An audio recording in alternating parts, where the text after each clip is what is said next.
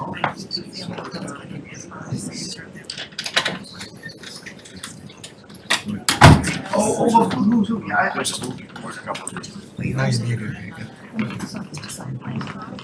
what happened? One gets long. No, they keep flipping off again. Let's do this last meeting. Okay, good evening, everyone. I'd like to call the Reading Select Board to order. And Happy New Year to all. And I'll do a quick overview of our meeting, then we'll open for public comment. And there are the bells. Great. So tonight's lineup includes our usual Select Board liaison reports and the town manager report. We have a public hearing to vote to approve amendments to the FY25 classification plan at 7:45. We're very excited to present some Eagle Scout awards. I think that'll be the highlight of the evening. At 8:15, we will discuss and vote the senior property tax worker program updates. At 8:45, we will discuss the performance review of town manager Matt Cronalis. At 9:15, we will do future agenda discussions. At 9:30, we will approve prior meeting minutes.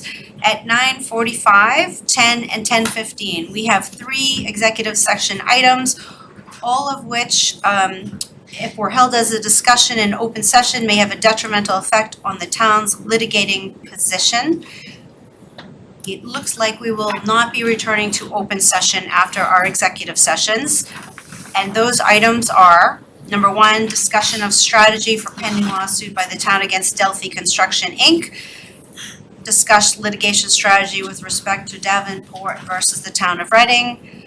And to conduct strategy session in preparation for contract negotiations with non-union personnel, town manager Matt Cronalis. Okay, so with that, we can open to public comment in the room, and as our tradition, we keep public comments to 2 minutes if possible. And we look forward to hearing, oh, I see a couple of raised hands. Excellent. Would you like to go first? And you could just come up to the podium and introduce yourself and let us know where you live, and it's all yours. Okay, so we've been given a letter to the select board with a number of resident signatures. Thank you. Yes. As we know, I'm Pete Kramer, 343 Franklin Street. I spoke to 4 years about the haphazard plowing of the sidewalks in this town, which is disgusting at best. How many years have we talked? 6. 6. And what's got done out of it? Nothing. So boys and girls, it's time to get off our butts. I watched a lady walk down Main Street this last storm because the sidewalks weren't plowed. I talked to Carlo. Carlo was saying in the square the sidewalks hadn't been plowed. Wakefield's were done at 3 o'clock in the morning. North Reading's were done at 4 o'clock in the morning. Reading did not even go out. You have 3 things in plowing snow. You have equipment, you have manpower, and you have management. You have the best equipment in the world. You have the best guys in the world. Sadly, you have no management. It was a management's call to send the men out. It did not go. I'd like to know why. Can you give me an answer? This is public participation. We don't usually respond to Give me a public call and give me an I will. answer No, sometime, yeah, all right? I would, because nobody got back to me after my complaint this last storm. Okay. Nobody got back. I talked to you, and Carlo. Nobody got back to me. I pay a lot of taxes in this town. My family pays a lot of taxes in this town. And I live on a school, Franklin Street. I have 80-year-old neighbors that walk dogs. They can't walk their dog because the sidewalks aren't plowed. You worry about parking in Reading Square. Worry about the plowing of the sidewalks. They should be done the minute you're done plowing the streets. You have 45 miles. You have 4 pieces of equipment. That's 11.25 miles per equipment. It should be done right after it's done plowing. Not 3 days later like you're famous for doing when you're pushing ice and it doesn't go. We watch too many people slip. If anybody gets hurt out in that street, it's on your shoulders. Now, let's boys and girls get the state DPW director on the ball. Can we do that, please? Thank you. Mr. Kramer, what's your address on Franklin? 343 Franklin. Got it. Can't miss it. No. Okay.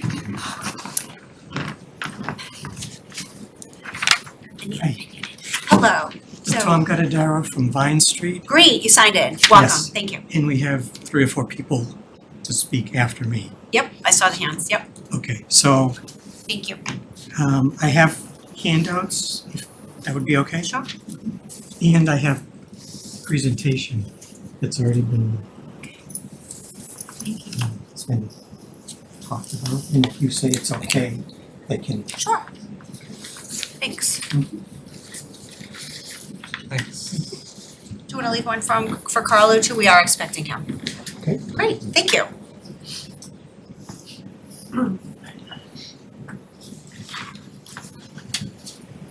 And do we have them up here? Yes, so Caitlin was emailed the presentation. If it's okay with the chair, we can put it up. If it's fine with the rest of the board, it's fine with me. Looks like 4 slides maybe, 4 or 5? Fine. Okay. All right, so we're trying to keep it to 2 minutes, but thank you. I think it'll be helpful. Caitlin can find that. Yep, I'll bring them up one moment. Okay, thank you, Caitlin.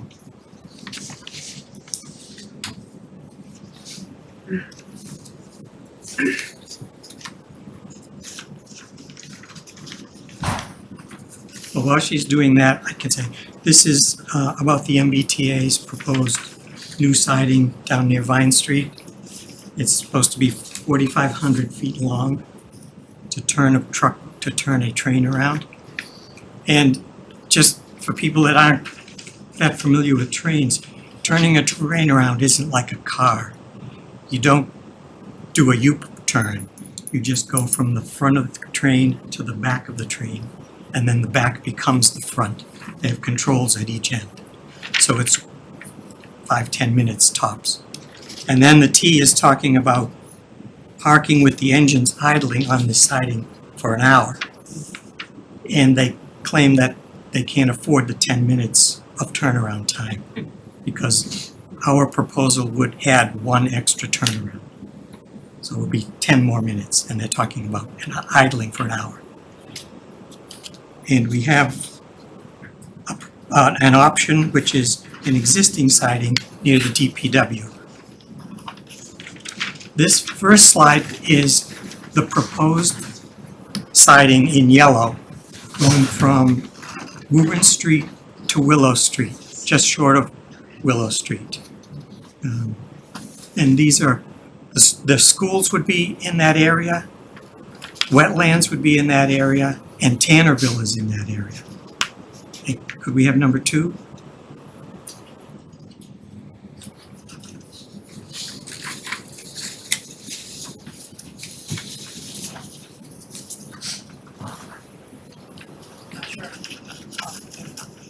I have to Sorry. open each one individually.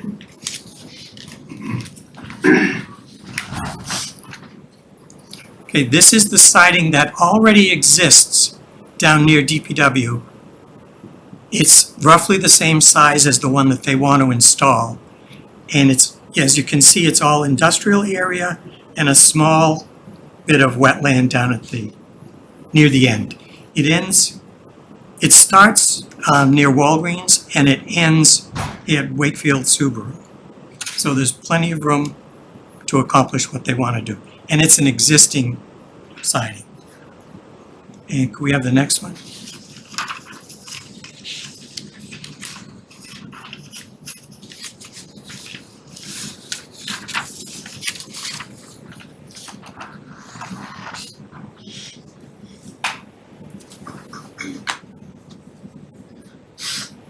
Okay, these are pictures that I didn't take them. They're Google roads or streets. This is taken at New Crossing. You can see there's already the 3 sets of tracks there. And it's straight as an arrow. I put a little arrow to the bridge at 128. You can't see them very good from here. And then when you turn around, you can almost see back to Main Street. Still straight as an arrow, because that was another thing they said is they need line of sight kind of thing. Okay, can we have the next one?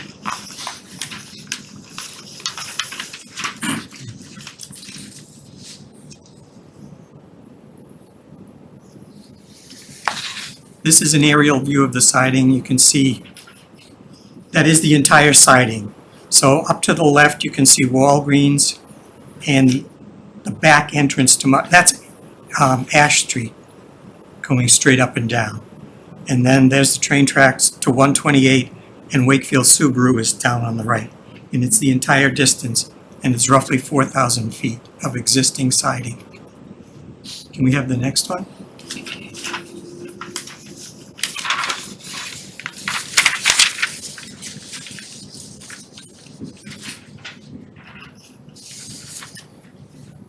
This is just an aerial view of the beginning of the siding and the end of the siding. So if you could see on the top one, you can see that this switches going to 3 tracks from the single track going into the station.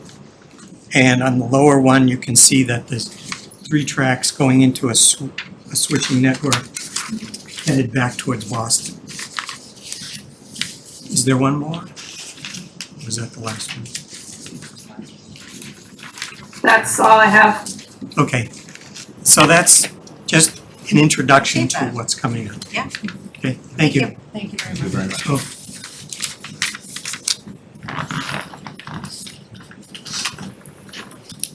Hi, I'm Pat Crowley. I live at 71 Vine Street.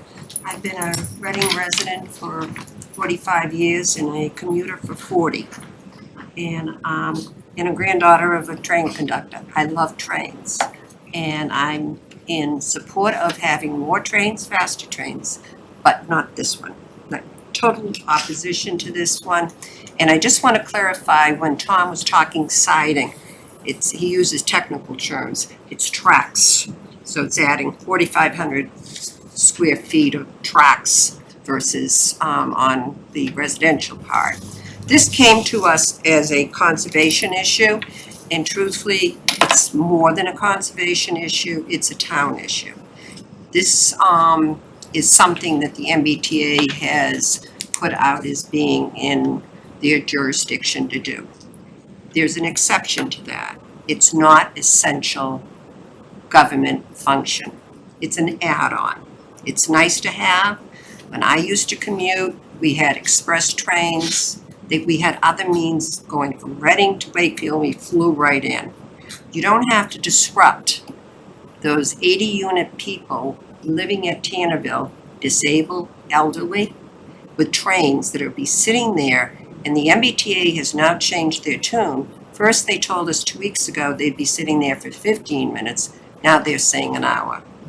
There's an anti-idling law in Massachusetts, 5 minutes. Other communities have sued because of this, and they have won. There are other options which we showed, and they're saying, well, you would have to take the conductor and move them to the front. Versus a year and a half of construction, all the disruption that would cause. They're talking about putting propane tanks now. They are using our backyards in our neighborhoods. That John Hopkins has already showed a link to the hazards of all the pollution and all the fumes causing serious diseases when we already have people who are disabled. So I don't know if I've used up my time, but I ask that this not just be a conservation issue. I ask that this is something the town, I have sent letters, register letters to the governor, to the Secretary of Transportation, CEO of the MBTA, Keolis, the state and the representatives, and I've heard back, and also the Ipswich watershed. This is something we're very, very serious about, and we need the support of the town. Now, we do have a student here, Caden, who is very enthusiastic to talk to you about how it affects him as a student. Hey, and I'm very proud of him. Hi, I'm Caden Bursakowski. I'm 10 years old and I go to Barrows Elementary School here in Reading. I live very close to the train tracks and conservation land where they are trying to do this. I love spending time down at the conservation land, ice skating, riding bikes, and enjoying the sights and sounds. People mainly go down to the conservation land to enjoy peace and quiet and that would be all stopped if there's trains running and there are fumes and smoke polluting the air. I love to spend time outside doing lawn care, and I don't want to get a headache due to the air pollution. Also, in the spring, my grade is going on a field trip to the conservation land, but that might have to be changed due to the air quality and noise. Thank you for letting me speak tonight. Hopefully, we do not have to do this taking away from our conservation land and neighbors' backyards. Thank you. Thank you.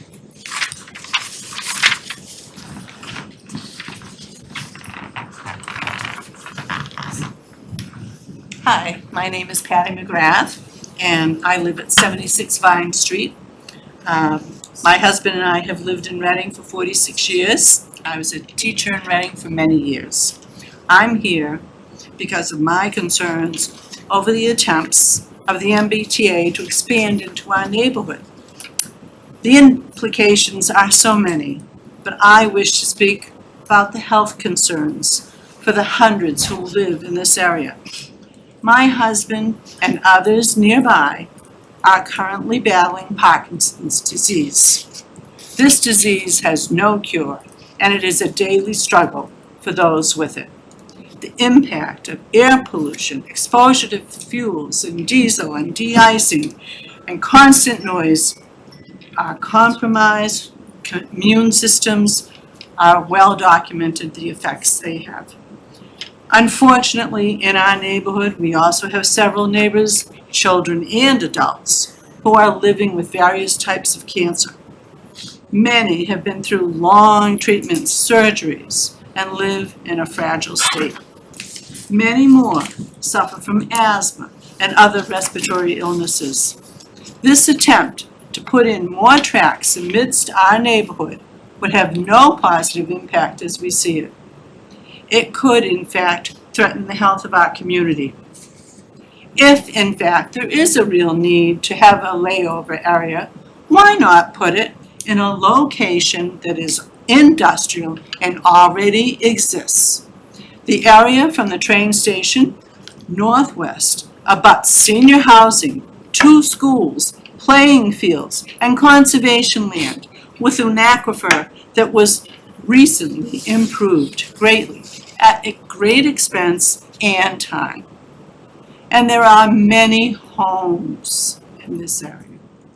The MBTA has so far not listened to our concerns. Hopefully, after tonight, they will consider more valid options that would have little to no impact on the people of Reading. Thank you.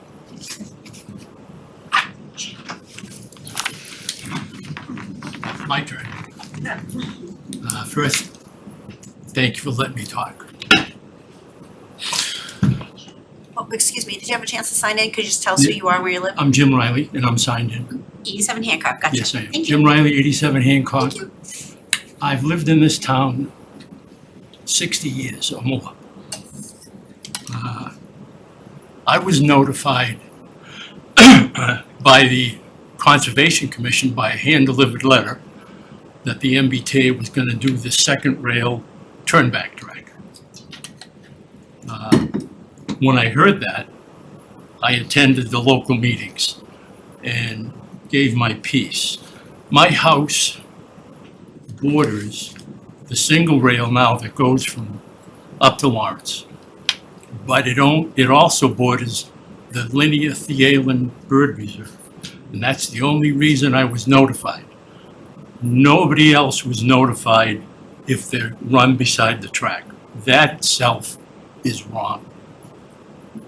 I believe when we're going to have a major change to our society and our town, the town needs to know, not select people. And the only reason the MBTA notified the Conservation Commission is the state laws. I'm going to start reading them. My major concerns is I believe that the Reading residents should have been made aware of the MBTA change and able to comment before the MBTA starts any work. I had a personal phone call with the Reading Town Manager on this issue, raising issues and concerns, air and sound. The sound of these, I live beside the track. When they're idling, they're not quiet, but the pollution is enormous. As people mentioned, where they're recommending to put this is Tannerville by the Parker Middle School, running under the bridge along people's private properties that they had no knowledge of this is going to go on. My concern with, if they put it where they're talking, our property values are going to devalue. And that's not anything I want to see.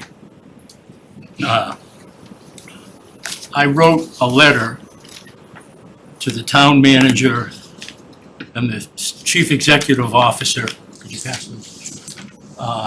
Of the MBTA, and I sent the one to the MBTA as a registered return receipt letter. I got answered, they came back, but I've never heard a thing, nothing. I also sent a letter, email letter to Andrew McKinnon, and I didn't hear anything back. I'm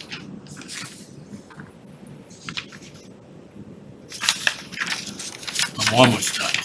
Prior to having my phone conversation with the town manager, I sent this letter making my recommendations, and at those recommendations, which I made on a town conservation commission in front of the people from MBTA and Keolis, they were almost amazed that we were talking about this extended line that's already there. 3 rails are there down by the DPW that are unused.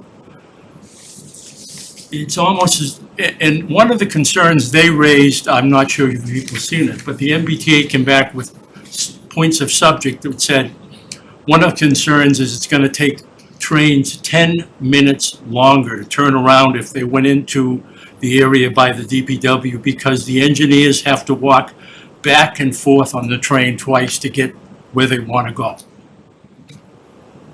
But the pollution and the sound is way more dangerous to us Reading residents than a guy walking 10 additional minutes on the track. I believe the second rail turnback track should be positioned in the Reading DPW area. I've read many MBTA response to this suggestion, and if it increases times for the train engineer to move back and forth, that has minimal impact to us as residents here in the town of Reading. I truly am asking you to make this an issue that the town works on, not just a bunch of residents trying to work on. I appreciate it. Thank you. Thank you, Mr. Riley. Want to sign in? You know who I am. You can Okay, sign. I'm gonna write down Miss Thank Binda. Where do you live again? 10 Orchard Park Drive. 10 Orchard Park. Gotcha. Thank you. Thank you. Okay, thank you, Angela Benda, Orchard Park Drive, Town Meeting Member, Precinct 5. Happy New Year to the Select Board. I would like to talk about a couple things, primarily the open meeting law violation that the Select Board committed on December 3rd from 10:22 to 10:43, a 21-minute period when the Select Board discussed a meeting Select Board Chair Bocci had with the Town Manager, Assistant Town Manager, other staff, and representatives from Edge Sports. This discussion was not listed as an agenda item. It lasted 21 minutes, and while Mr. Bocci characterized it as an update and not a discussion, he's wrong. He's just plain wrong. After 5 years on the Select Board, I believe Mr. Bocci does understand open meeting law.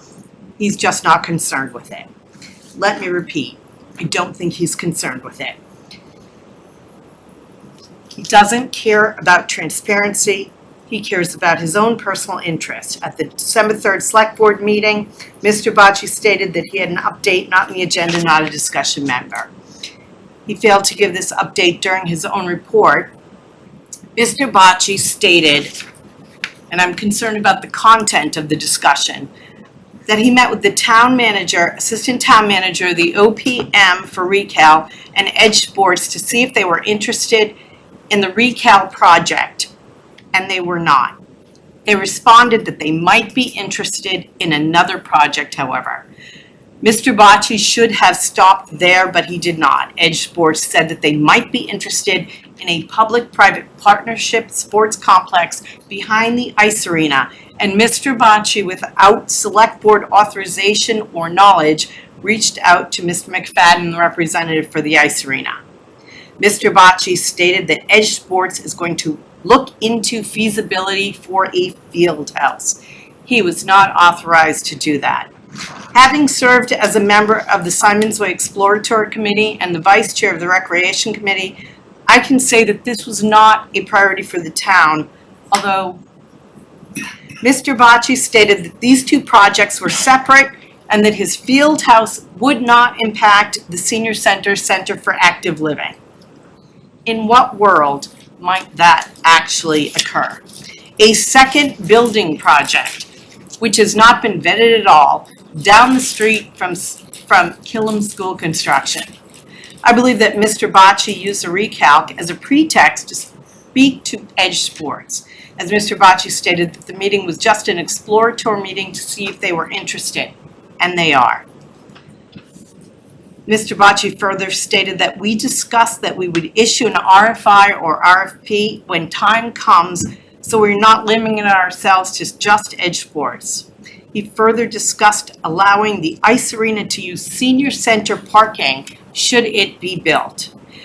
This complete lack of transparency, backroom deal politics, and disregard for the law that allows citizenry the ability to understand how decisions are made is really discouraging. How is a 21-minute back and forth amongst 4 select board members and highest level town staff not a discussion and deserving to be put on the agenda so that the town knows what is going on? Why at 10:20 and not during the report? Someone should have shut that down. Someone should have shut it all down. The senior center active. You're at 2+ minutes. Okay. The Senior Center Active Living Center will be affected by this project if it is pursued, and I imagine that might be the goal. Mr. Bocci's lack of open process and pursuit of this agenda needs to be stopped. I do hope you will address this matter in your reports or at another time. I don't want to see any building behind the arena pursued at this time. It was not a priority it doesn't appear to be a priority for the town or the SWEC, and the town should be concentrating on Killam and the senior center. I hope that in 2025, the select board works together congenially in the best interest of the town in an open, transparent, and honest manner for the good of all. Thank you.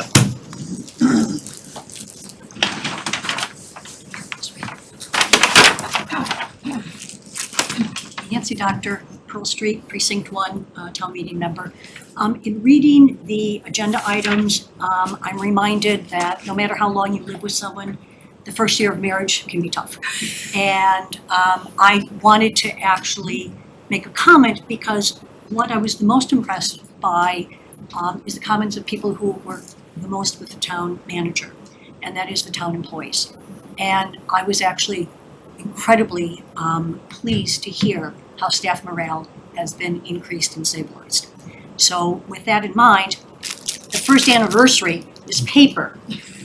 So happy first anniversary, and taking a suggestion from someone, in the town forest committee, we usually celebrate milestones and achievements. Okay. So hopefully during executive sessions, Okay. that might come in handy Okay. with your paper napkins. Thank you very Thank much. you. I It's an appreciate it. alcohol, we can't drink on camera. Thank you very much, I appreciate that. Thank you.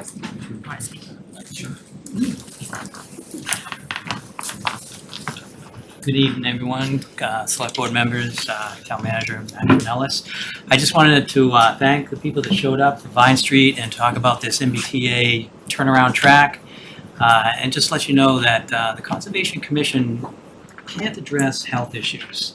But we are concerned with the environment, and this particular track and this work goes through 2 buffer zones and some resource areas. So our meetings tomorrow night will be in this very room, and I would appreciate it if everyone came here that was here tonight, show up tomorrow night and give that same presentation. So it was very nice, I liked it, but I think my commission would like to hear it too. So thank you very much for showing up.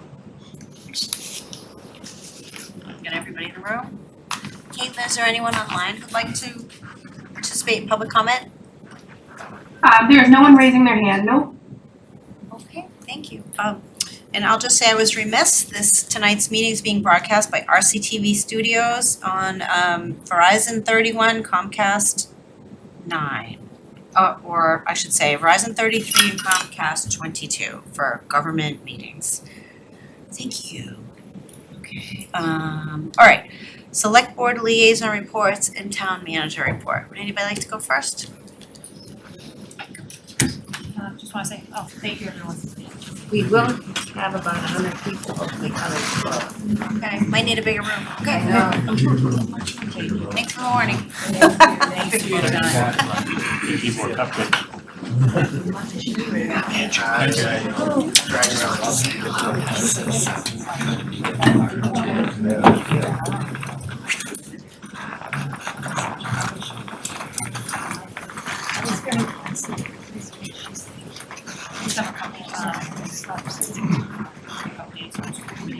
Summer. Happy New Year, everyone.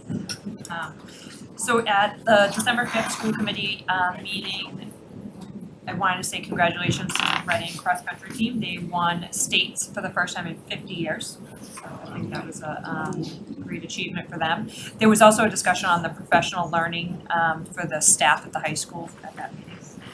And on the December 19th meeting, the Reading High School DECA team, which is a business club, now has 68 members, and they competed recently. 16 of them are going to a state conference, which Reading has never qualified for.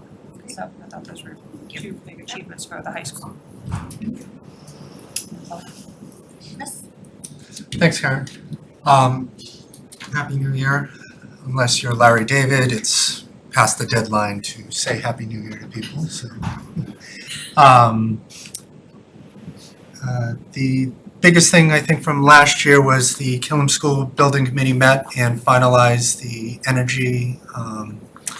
They ended up selecting the hybrid geothermal option, not the full geothermal, not the lowest one, right in the middle. It's still roughly around the same price, but the maintenance and the ability to have 2 different systems functioning at the same time was one of the biggest factors with that.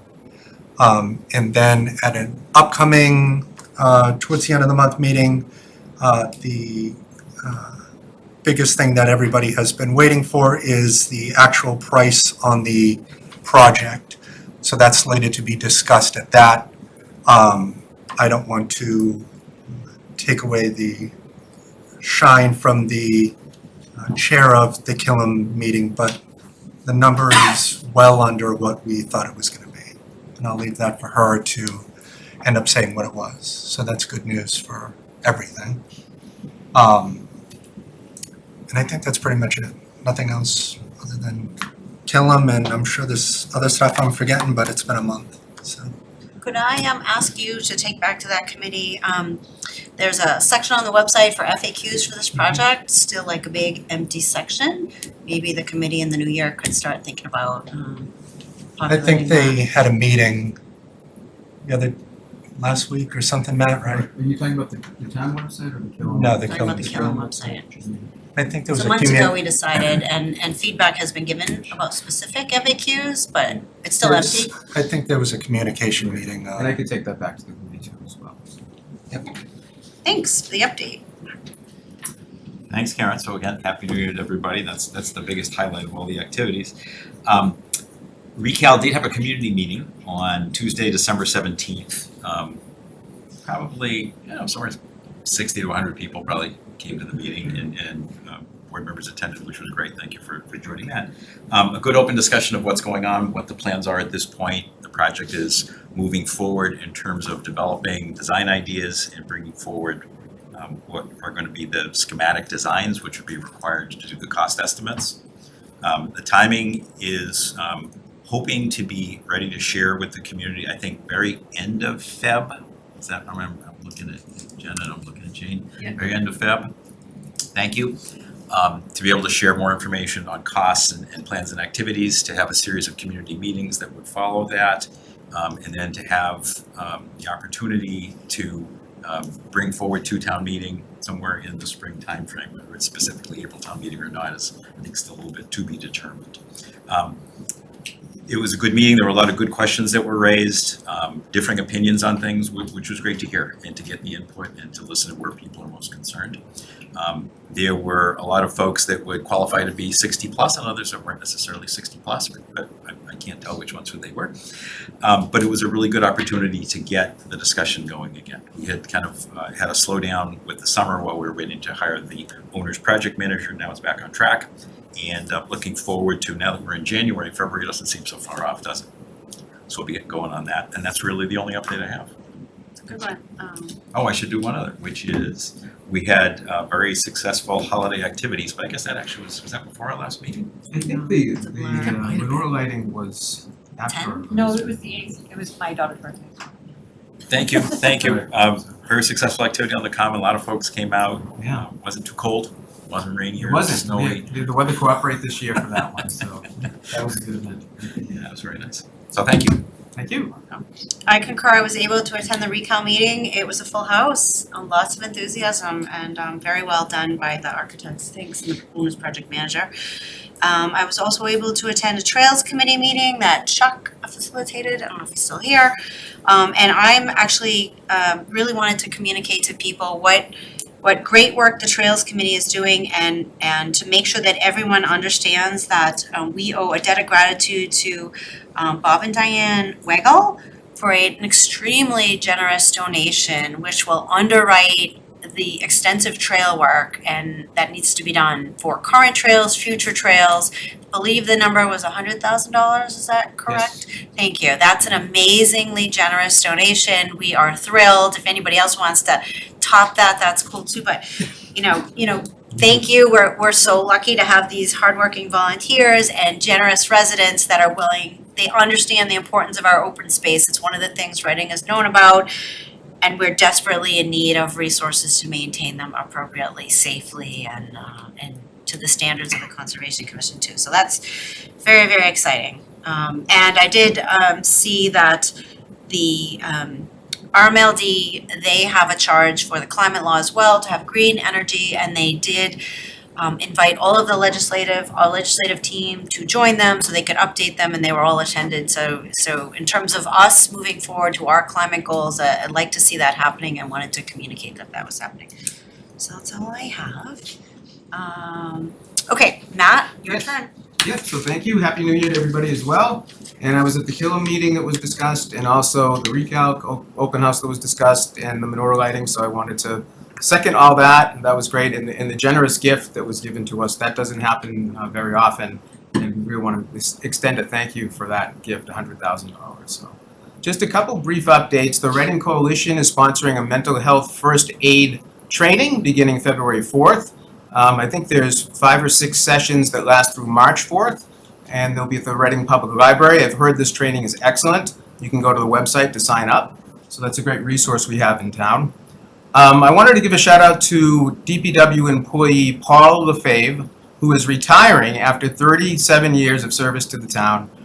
That's quite a bit of service with the DPW. There was a little get together for him at the get together at the DPW office today, and I know he's going to enjoy his retirement. So I wanted to give him a little shout out. The staff and I will be touring the dance school / church next door. I sent an email about this. The tour is on January 16th. It's for sale. I just wanted to see if there's any sort of, municipal or purpose that we may be able to utilize it for. I know that, we're far away from saying there'd be any sort of purchase, but I think it would behoove us to go and check out the space. We have needs for office space, storage, programming, and whatnot. So I just wanted to let the select board and the community know that we were moving in that direction. I wanted to mention we are keeping the list for those wanting smaller trash and recycling bins as we roll that out in the spring. I know there's going to be an update from DPW, I believe, at the next meeting. If you're interested, you can contact the DPW office at Town Hall, or you can call them 781-942-9077 to be on the list for smaller barrels. The town has a limited number of smaller barrels, so we are giving priority to those 60 plus and disabled, but I believe that we will be able to accommodate those who need the smaller barrels. So I think it said, first we had said eligibility, we changed that to priority to make that more clear. So also, it's going to be a busy couple weeks coming up. We get ready for annual town meeting. We're working very hard on the budget, so that's something we really want to keep on track, and we are on track with. And NBTA, I'm a little disappointed because I found out through the notice of intent as well. So it wasn't like the MBTA contacted me and said, hey, town manager, we want to come in, have a neighborhood meeting. I feel bad about that. I've reached out to the MBTA about it. I've also reached out to town council and a few others. I'll have an update for you probably at the next meeting on that. But I've talked to most of the residents that were here tonight. I hear their concerns. I know the T wants to have that 30-minute ride to Boston, and trains going every 30 minutes to Boston, and that's sort of the reason behind it, which does improve our time to Boston, but also, at what cost. So I just wanted to make sure that everybody knew we were looking at that.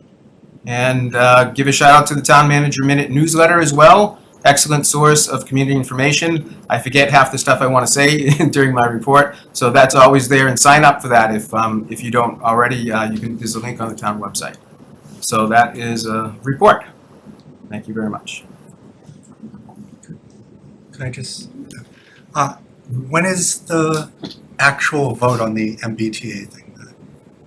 Well, tomorrow night, the Conservation Commission will hear the case. I don't know that there's a vote scheduled tomorrow night. I think there was one meeting, it got continued to tomorrow night. I can't speak for Conservation. And Conservation is, from what I understand, a small part of this, but still has jurisdiction there. And I'm looking into what other jurisdiction we might have as well. Okay. So anyone who wants to attend should just go tomorrow night? Yeah, tomorrow night would be the conservation piece of it, and it sounds like there's going to be quite a crowd there. Yes, is it going to be in this room? I'd have to check. If not, we can Yes. move it into Yeah. this room. Okay, it is going to be in this room. Because they mentioned 100 people, we got to see. Yeah, and it Could be next door too. yeah, we've done overflow in the next room sometimes. We'll have to play it by ear a little bit. I didn't expect 100 people. I mean, I've talked to the 5 or 6 people that came tonight, so, Chuck?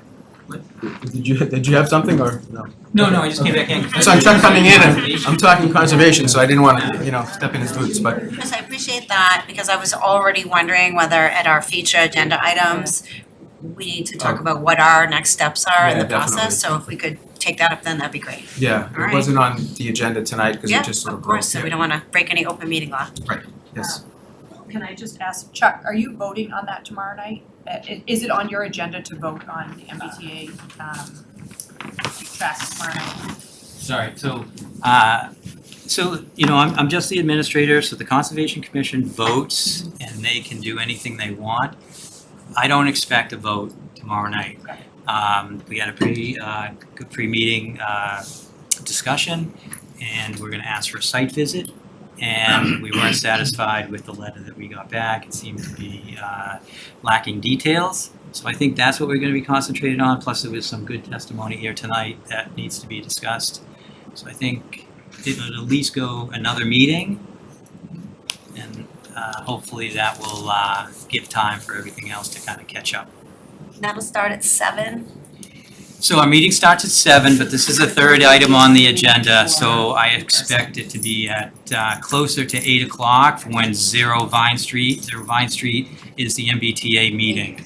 And all the information for this meeting can be found on the Conservation Division page.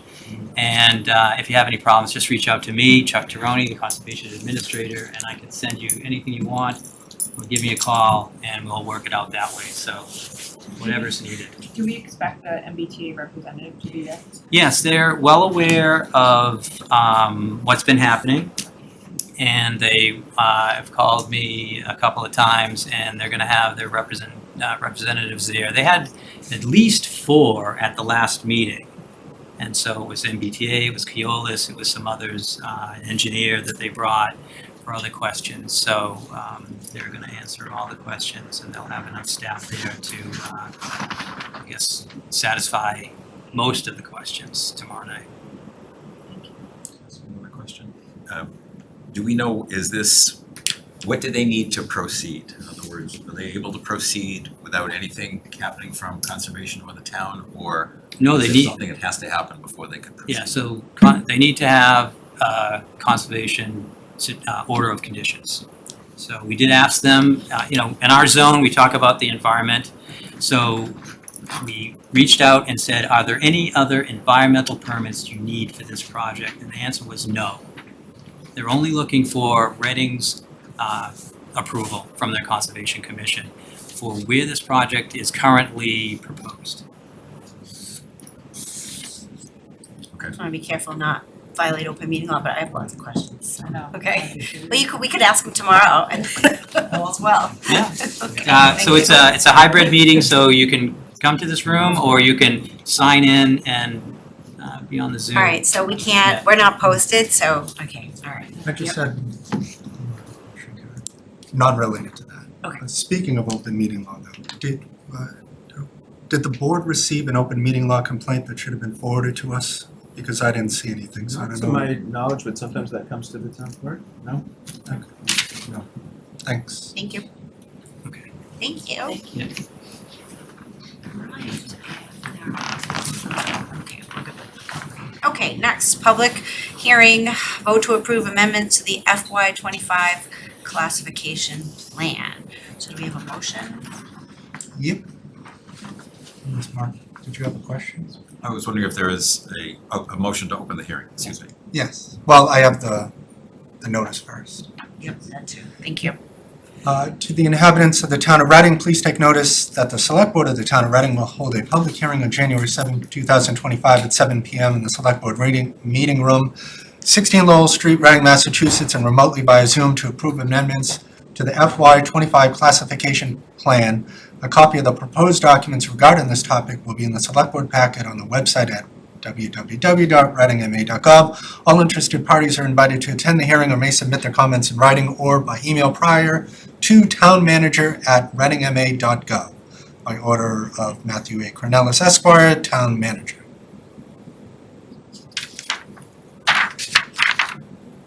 And then I have a motion to open the Yep. public hearing on the Terrific. FY25 classification plan. Second. We just read it first. Oh, that's it. Okay, good. Okay, any discussion on this motion? Okay, all those in favor? Okay, hearing is open. Yeah, I'll just say there's just one small change to this that was approved by town meeting. If you look at line H, all the way at the end, Treasury Analyst, that's the new position. That was actually formed by joining a few other positions together. That's to give Sharon the help she desperately needs in her office. She explained it well to town meeting, and they approved it. And so this is now seeking your approval to be on the classification plan.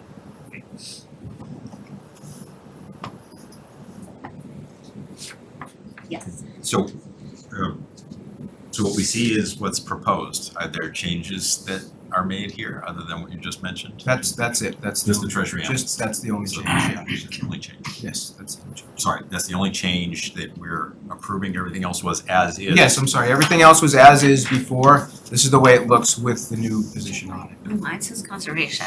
Where is the treasury analyst specifically? H all the way H across. all the way Keep over. scrolling. Okay, thank you. And it's bolded, but you can't really see the bold all that well. There it is. I see it. Thank you. I mean, maybe That's weird. maybe a bigger font next time, Sean. I don't know. So weird. Okay. Okay. Thank you. Right. Interesting. Okay, any other discussion, questions? Okay, do we close the hearing and then take public comment? No, take public comment. Okay, On that. is there any public input on this topic? I see none in the room. Caitlin, is there any interest in public comment online? On this Nope. topic. Yeah, on this topic.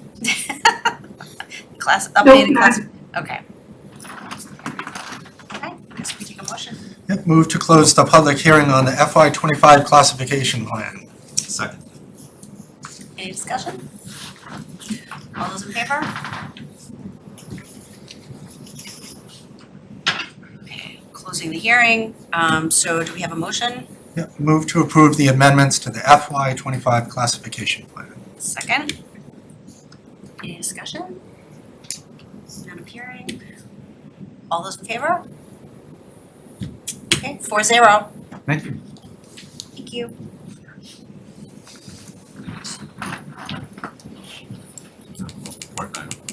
Oh, yes, good, fun stuff. Yes. Okay. Okay, we're only 5 minutes behind. Now, we get to talk about the Eagle Scout Awards. I'm so excited, there's all kinds of neat projects, and, please do. Nelson will discuss those. Okay. Thank you. All right. Could I ask as well, we would love to take a photo with you with the certificates before Absolutely. you leave for the evening. Absolutely. Okay? Right after I'm done, I get a very Wonderful. short little thing. We'll Thank go from there. All right, perfect. All right, so first of all, I want to thank you guys. Awesome to thank the select board for inviting us up, town manager, all the staff, everyone like that. My name's Ian Nelson. I'm the Scout Master for Troop 702, and I have 5 of my 6 most recent Eagle Scouts right here behind me. So if you guys will humor me, I'm just going to give a quick little update on what's going on kind of with scouting here for both the residents here and at home. I actually want to mention real quick at home, I want to say hi to some of my scouts that are watching this. One of the requirements to achieve the rank of Eagle Scout is that you have to observe a local government meeting and then discuss where the differences of opinion were and then why the scout agrees more with one or the other. So when they heard that I was coming down here to speak, they said they were going to log in and make sure that they were watching. So hi to all of them out there.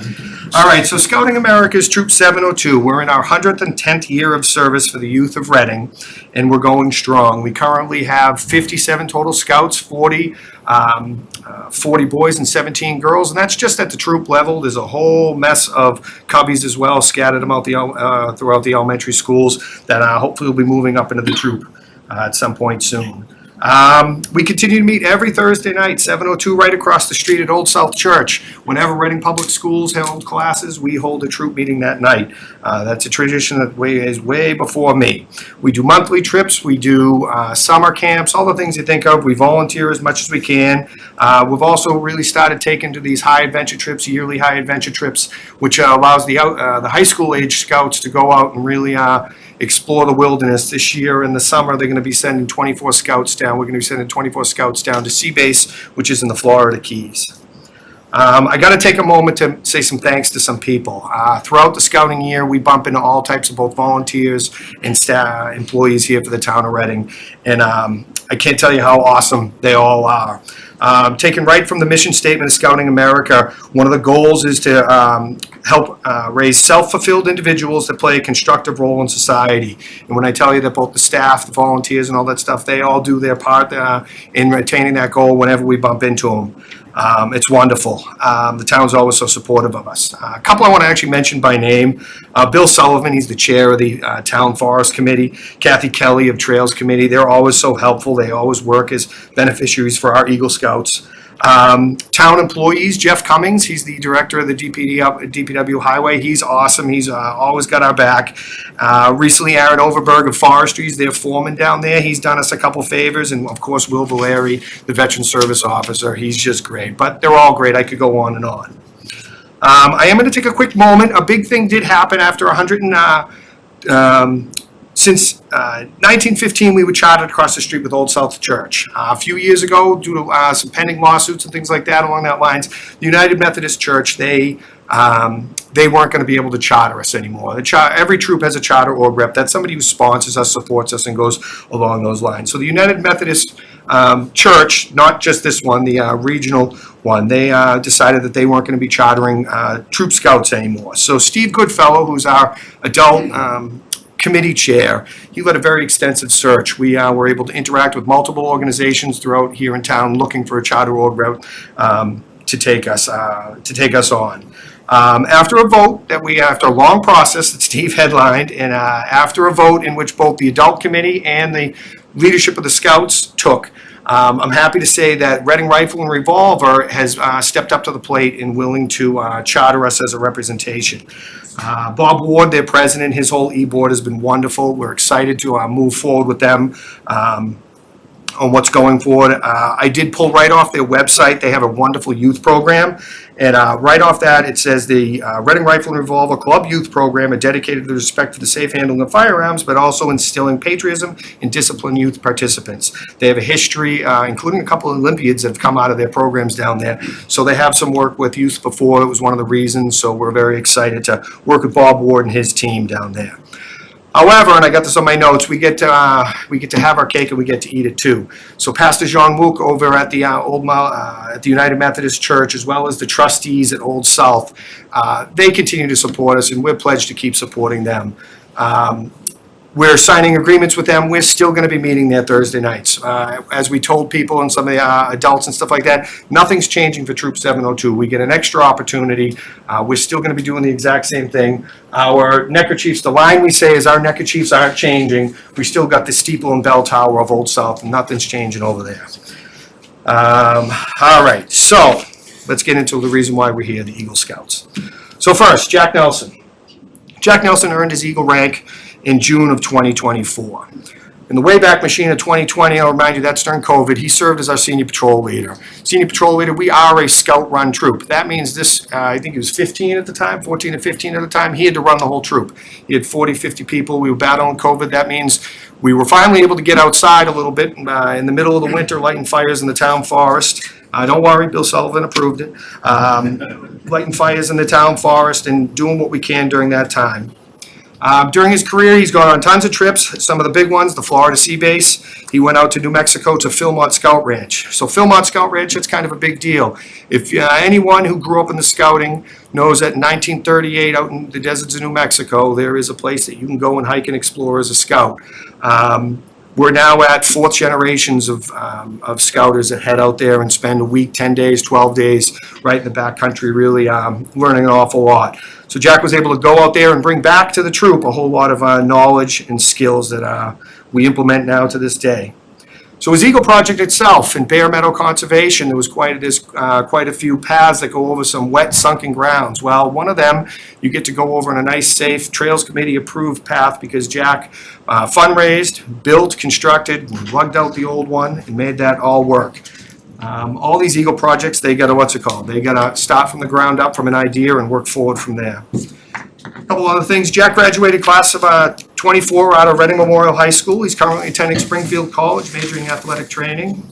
And when I asked him if he had anything in particular to say, he wanted to mention his two sisters that are still in the troop, that they are grinding through the requirements, that hopefully someday they can stand in front of you guys as Eagle Scouts as well. Thank you. All right, John House. Next, thanks, John. He earned his Eagle rank in August of 24.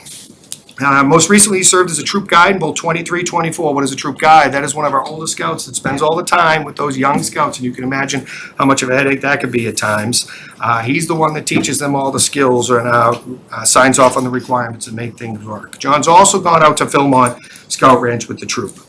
John himself, you always hear about summer camp. The troop goes up to summer camp. John himself, instead, he headed up to Deerfield Lodge. We'd spend a couple weeks there, and most recently, he spent the whole summer there working with the youth as a guide up there. That puts a little bit of stress. Summer camp is where we really gel as a unit, as a troop. He was doing his own thing, as his brothers had done before him. So if I had to sum up John's career in the troop, is that he persevered. He got through it. He showed that grit that's so necessary nowadays. His Eagle Project was part of the Reading Town Forest Restoration Project.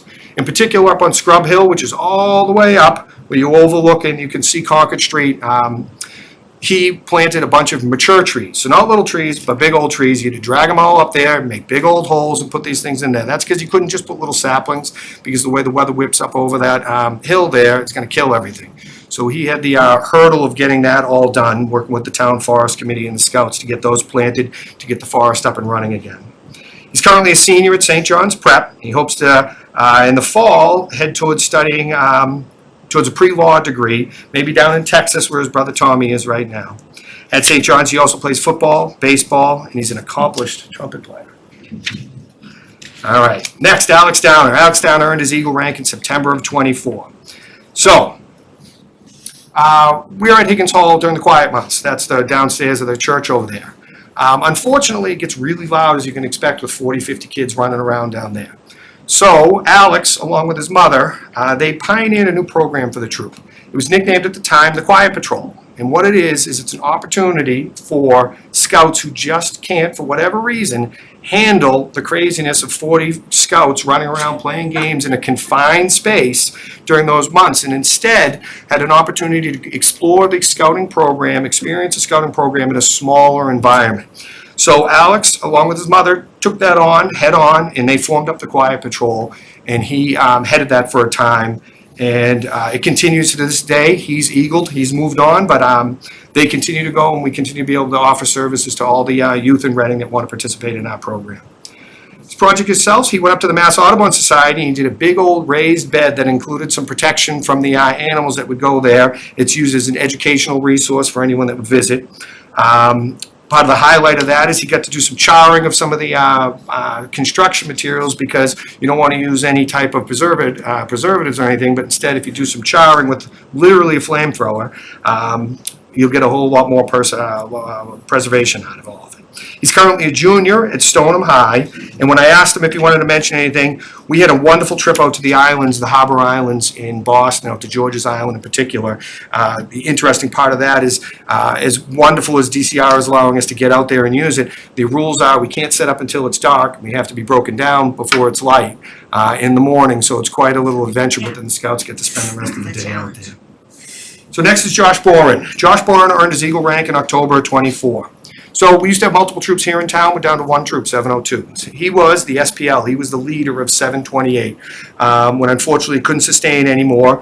And Josh and many other scouts moved over and they joined us, and we were happy to have him. He also ended up taking over some of the leadership of the Quiet Patrol that I had previously mentioned. His Eagle project is he built a small library or carts, or however you want to put it, for the Reading Food Pantry. Before, there'd just be a mess of books that the customers would have to come in and pick through and take through. So instead, now it's a nice, organized way for him to be able to make sure, for them to be able to make sure that not only is the community serviced through any nutritional needs, but also through just like a little libraries, just with coming out of the Reading Food Pantry as well. It's a service they offer. He's currently a senior at Reading Memorial High School. In the fall, he'll be attending Rochester Institute of Technology, where he's going to be an electrical engineer. And currently, he's the president of the robotics team up at the high school. So you can see these scouts, they don't just do scouting, they do a whole lot of stuff. Last is Charlie Weld. Charlie Weld earned his Eagle rank also in October of '24. He served as a troop SPL in 2023. That also happened to be my first year as a scoutmaster, so he had to help me as much as I might have helped him in just a tiny bit. He's currently a senior at St. John's Prep. And as we speak, he's attempting to secure his congressional recommendation because his hope is to attend one of the military academies in the fall. So if you guys have any strings to pull or phone numbers to call, by all means, I'd love to get Charlie his recommendation because he certainly deserves it. He's currently the president of the Civics Debate Club there. He plays on the varsity tennis team, and he's also participated in the Model UN. And then also for his Eagle project, he also participated in the town forest revitalization project. But unlike John, who planted a whole bunch of big trees, instead, what was it, 140 or 180? 140 saplings with metal cages to protect them from the deer just eating them right up. He set them up out there. Did a bunch of buckthorn pulling as well and stuff like that. So conservation ran a whole bunch of scouts through that. So that's all I got. Again, I just want to say thank you to give the opportunity. I really appreciate to come up here, talk briefly about each of these scouts up here. It is a long haul. It takes them 7-8 years to get where they're at. And they're here now, and they've certainly all earned it. So thank you.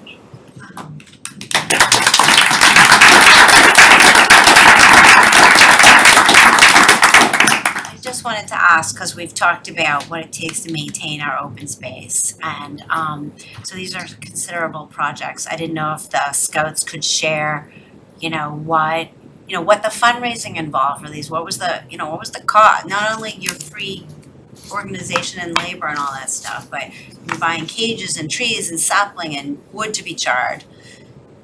Yes, ma'am. So I went to Mahoney's Gardening Center up in Winchester. I worked with someone named Elliot, who was the arborist of that area. And so he found local trees that are local to the Reading Town Forest. And it was a wide variety. I was very thankful because when I went, the trees were about to be mulched in a month or so they were 50% off.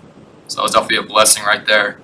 But I went through my whole scouting patrol. I asked friends and family if they could come help and volunteer. With fundraising, I went around and I also asked friends and family. I would talk to some businesses, and we got mainly local support for this Eagle Scout project because I've been told. I also went to the Town Forest Committee with Mr. Sullivan. He was a big part of helping me get this project up and running. But I would say a lot of it was local help, which is now the trees are now out there for the town to enjoy. So what is are we talking $10,000, $20,000? I mean, even $50,000? No, not even. I would say Okay, wow, So- amazing. 2 or 3. So GoFundMe is a big thing. They share that and stuff like that. We do have a basic rule where the troop doesn't necessarily supply the money, we supply the manpower. Yeah. There are a lot of generous people and organizations here in town, so we have a lot of them we reach out to. The Rotary always has our back, the Masonic Lodge always has our back. Reading Rifle and Revolvers now saying they're gonna have our back, everybody. I mean, and then as he mentions, a lot of the times when the scouts come, as soon as they hear that it's a scouting thing, people wanna help out and they want to assist, so they're willing to give things, donations and or a lot less. That's something we see quite regularly. So, no, I'm actually just looking for the amounts. They're straight, I'd have to pull out the books, they're probably about $2,000 a piece for each project, is about on average. Some are a little bit less, Oh, okay. but yeah, well, we do all the labor ourselves, You we do don't pay amazing, for yeah. a lick of labor, it's all I the mean, kids. a lot of trees are not cheap, so, Yeah. okay, thank you.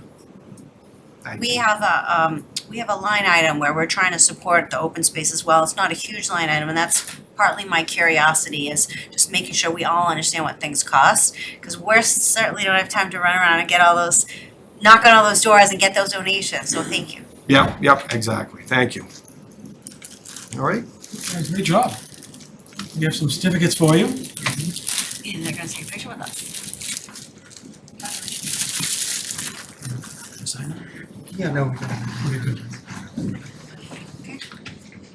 Just hand them out, take a picture, and whatever's next. All right. I was pretty sure. I want to hear more about the meetings you guys watch. That'd be great. Say, who disagreed with me? Any hands? No? All right, good. Good. I'll get over there real quick. He's not here, okay. I'm gonna be definitely getting in front. Oh, this is Everett right here. Oh, wait, let's congratulations. Yes, sir. Thank you. Congratulations. Congratulations. Best of luck. Thank you very much. In your way? Well done. Are you related to one of these? Thank you. Congratulations. that's my dad, that's my. Oh, no Great kidding. work. Thank you. Thank you. Nice job. Thank you, sir. Yes. Thank you very much. Thank you. Okay, let's see if we can all squash in. I think we need to turn like sideways. Mix in a little bit. Yeah, we need to like turn like this, I think. Yeah. You wanna see those? You wanna see those? Get over here. Oh, no, That's fine, yeah. Did you get us all in? Turn a little bit, turn a little bit. You guys recognize. What are we looking at? Bob first? All right, Bob again. All right, good. Good. All right. Thank you. Thanks, everybody.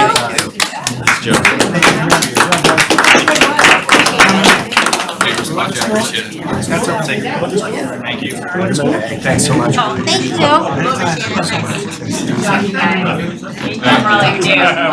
Can't wait. Yeah, that's great. Do you have their names? Bob, this is how we He's already back to zero.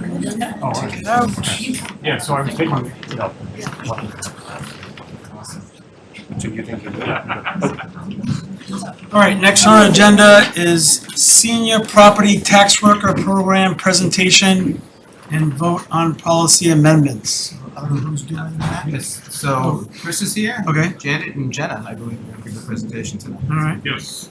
I think we have a slideshow. Caitlin. Yes, pulling it up now.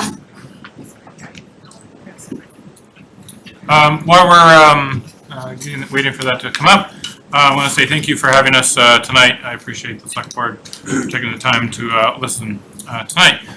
If you haven't met the fabulous Janet Dubow, she is our volunteer coordinator at the Senior Center.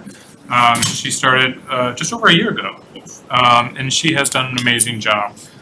She has completely revamped our volunteer program.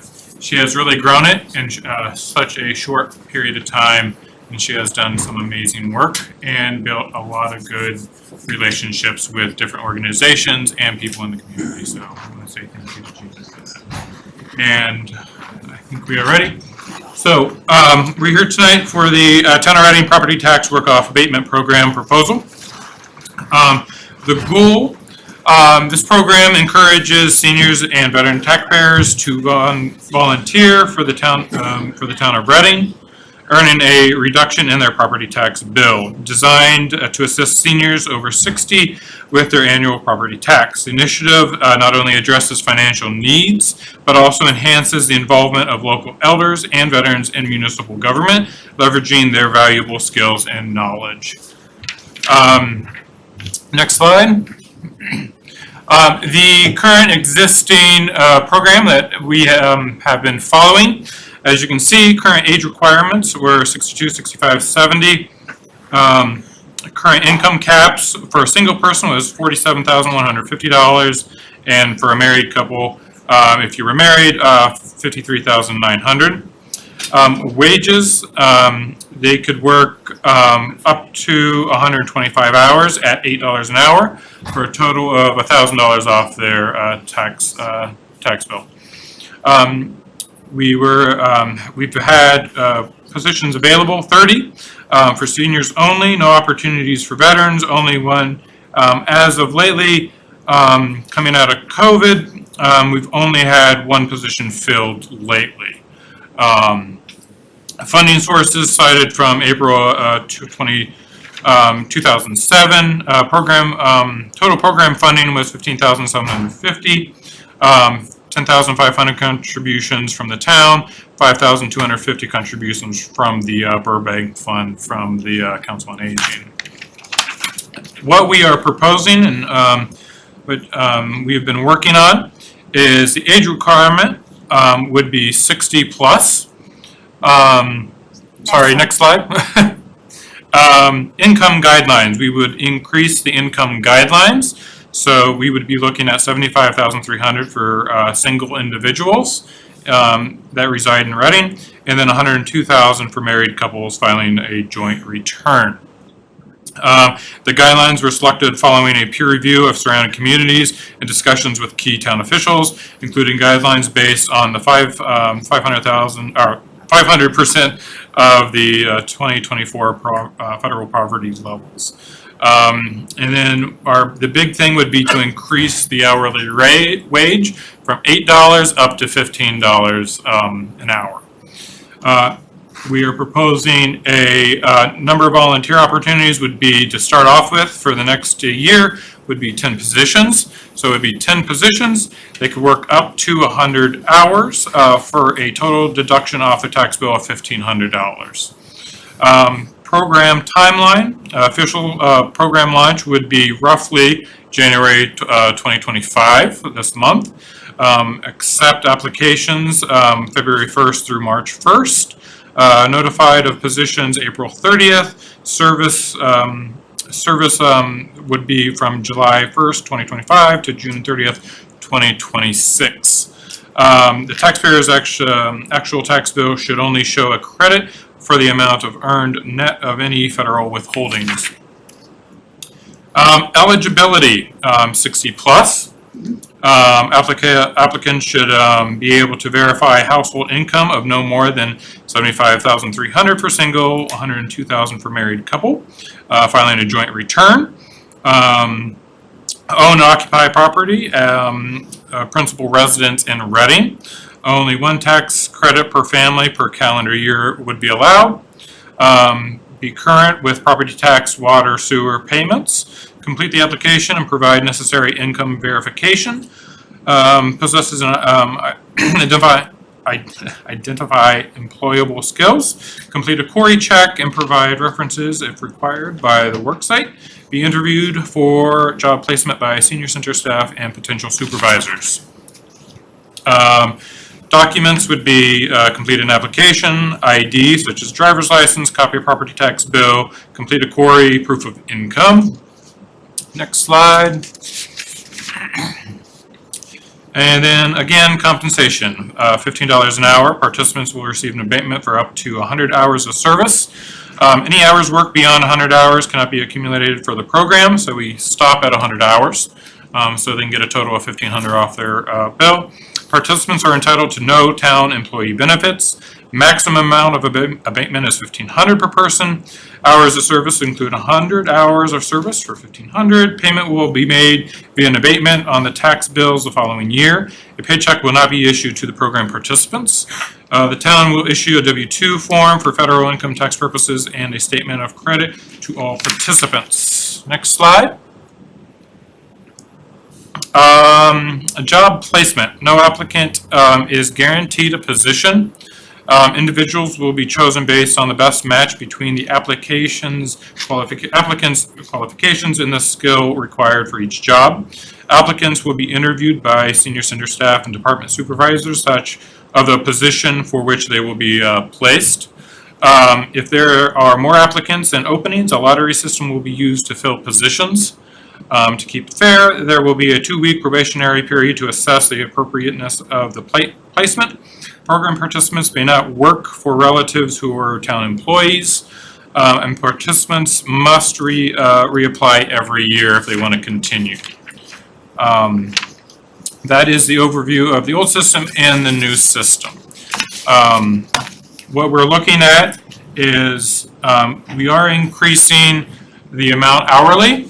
But because for this first year at least, we are limiting it to 10 folks. We're not asking for any more money. We're just looking for that same amount, that essentially 15,000 that we already currently have. So we're looking, the big change though is that hourly rate, rather than $8 up to $15 an hour. Why we're doing this, it became stagnant during COVID, and the $8 an hour was back from during COVID. We did a comparison of of 20 towns surrounding Reading.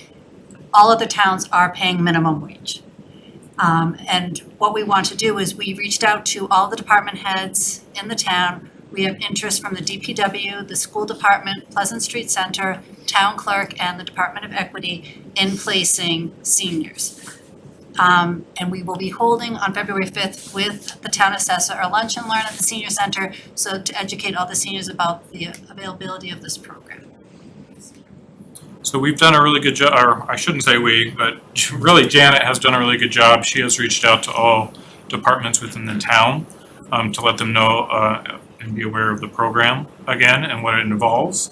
We've had a lot of interest. We've also reached out to the school system as well and had a meeting with the superintendent, Tom, quite a few months ago, just to look for if they needed volunteers as well. They have openings at the Killam School for us. And we're hoping, since this program has been stagnant for so long, we're hoping to start with these 10 positions, and we're hoping to grow it each year. Surrounding towns have up to 40 senior workers in their towns. So I'm hoping we'll get more interest from other departments once they see success in our first rebooting year, if you will. And we're already sold out for the lunch.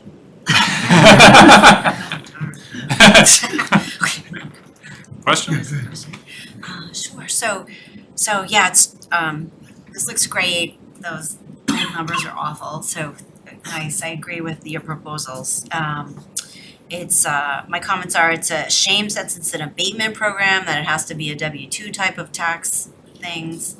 But what I was also wondering is, so I don't recall seeing, so the town has not given any line items for this in a couple years, and neither has the Burbank Trust Fund, because it was kind of defunct. It went, because during COVID, it went stagnant. And so the town clerk's office maintained a volunteer, a property tax worker, but it just, it died out. And so when I came on board last December, in addition to recruiting general volunteers for the senior center, we dove into this, made comparisons, I met with several other towns in the area to see how they're running their program, to how we can build out to be a successful program again. I'd love to see, well, you're only at 10 positions, so if you get to 30, that's great. Right, no, we need to start this way because we also need the buy-in from the departments. Yep. We're trying, a lot of times we start things slowly to make sure they're sustainable. We want to make sure they work the first time. And Jenna has done an amazing job getting this set up, making sure we have a lot of interest, seeing what other towns are doing and everything. So we want to make sure it's successful. Thank you for doing this. Thanks, Carol. So sounds great in terms of getting started. My fear is that there probably is a lot more interest out there than 10 people. Yes. Especially now that you're not paying, Yes. a horrific wage, right? So I applaud kind of starting out, but I'd love for you to keep track of how many applicants there are, levels of interest, and figure out how do we get above 10, assuming that it's working. Right. Because I bet there's a lot more interest. Oh, no, I feel we will have a lot more interest. I have to get the buy-in from the departments and the town. So I feel once, we see success, once the school department sees success with the Killam School, they had a request for, lunch monitors and that type of thing. And once we build that back up, I think it's hard for departments who haven't been a part of it before to understand what this program can be. And I think once we have some success stories to share, it will grow. Awesome. And I'm sure you'll tell stories from other communities in terms of Oh, yes, what they've done and how they've done it. Oh, yes, the other towns, they're fully involved. They have, even going to making in Swampscott, they have seniors digitizing all of the records for the town. These are all things that the seniors can do. They want to be a part of it.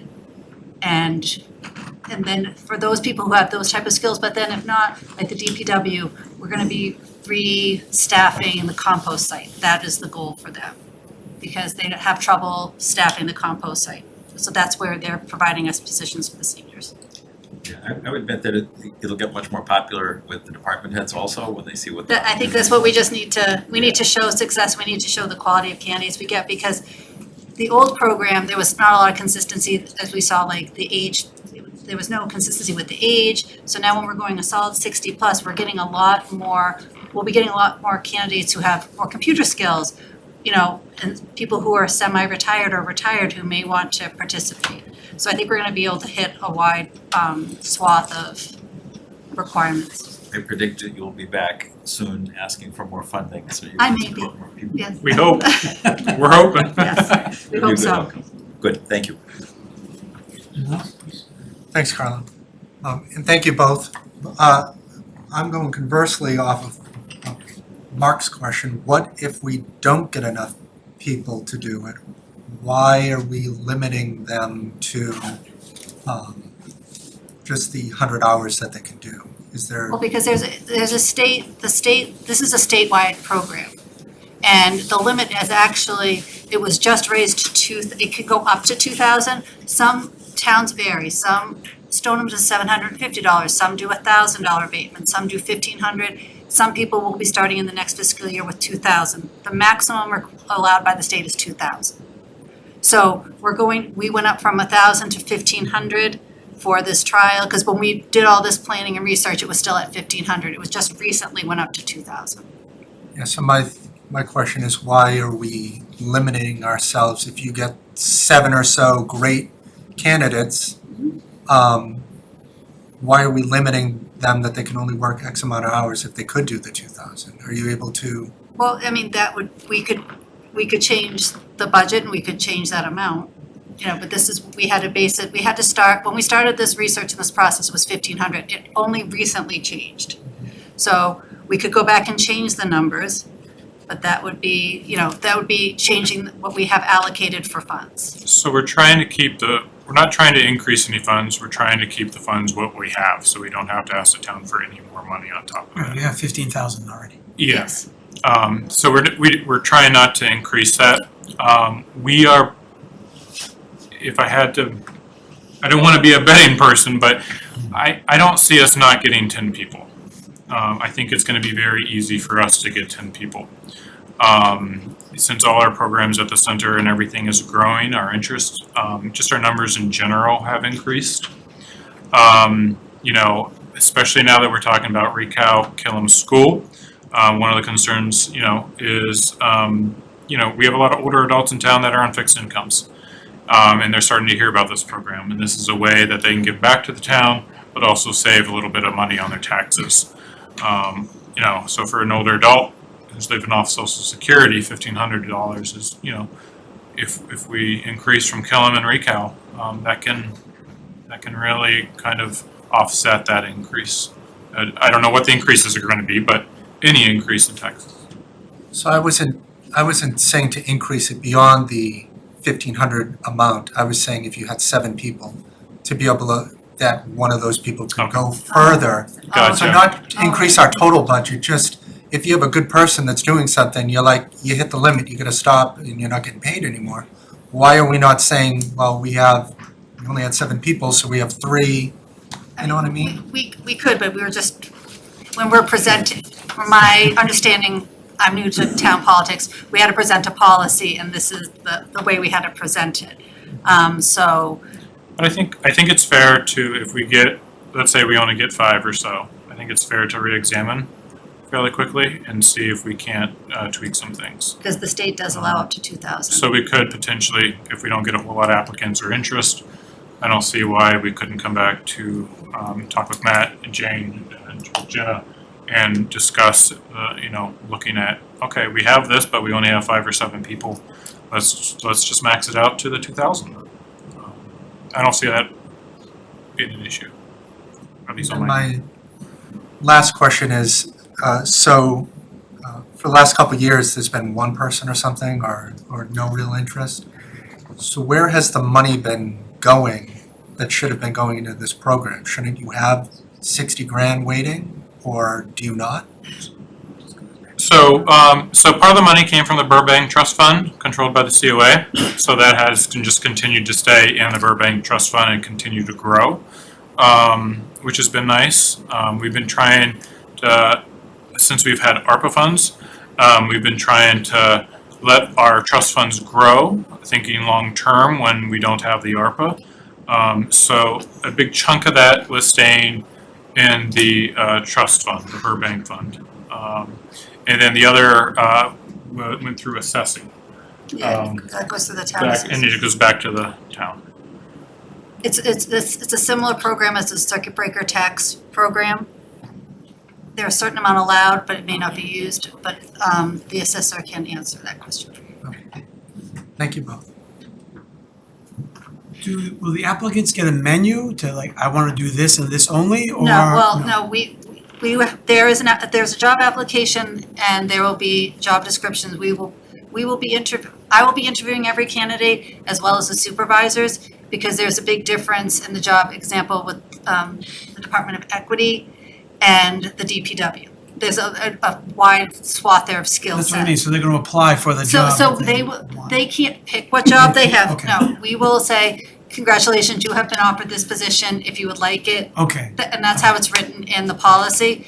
They will be offered a specific position. gotcha. And if we have too many applicants for the positions, we will do it'll be a lottery that will be recorded so that everyone will know it was done fairly. Okay. But we'll try to match the skills to the Yeah. appropriate. Just curious, okay. I think that, do we have to vote on this? Is there a motion? Yes. Okay. Move to approve the amendments to the senior tax worker program policy as presented. Second. Thanks. Any discussion? Seeing none, all those approved? 5-0, thank you, guys. Thank you all, appreciate it. Good job, thank you. All right. Main event. Cupcakes over here. We have performance review of town manager. I don't see Sean in the room. Sean, if you're listening, thank you. for putting it together.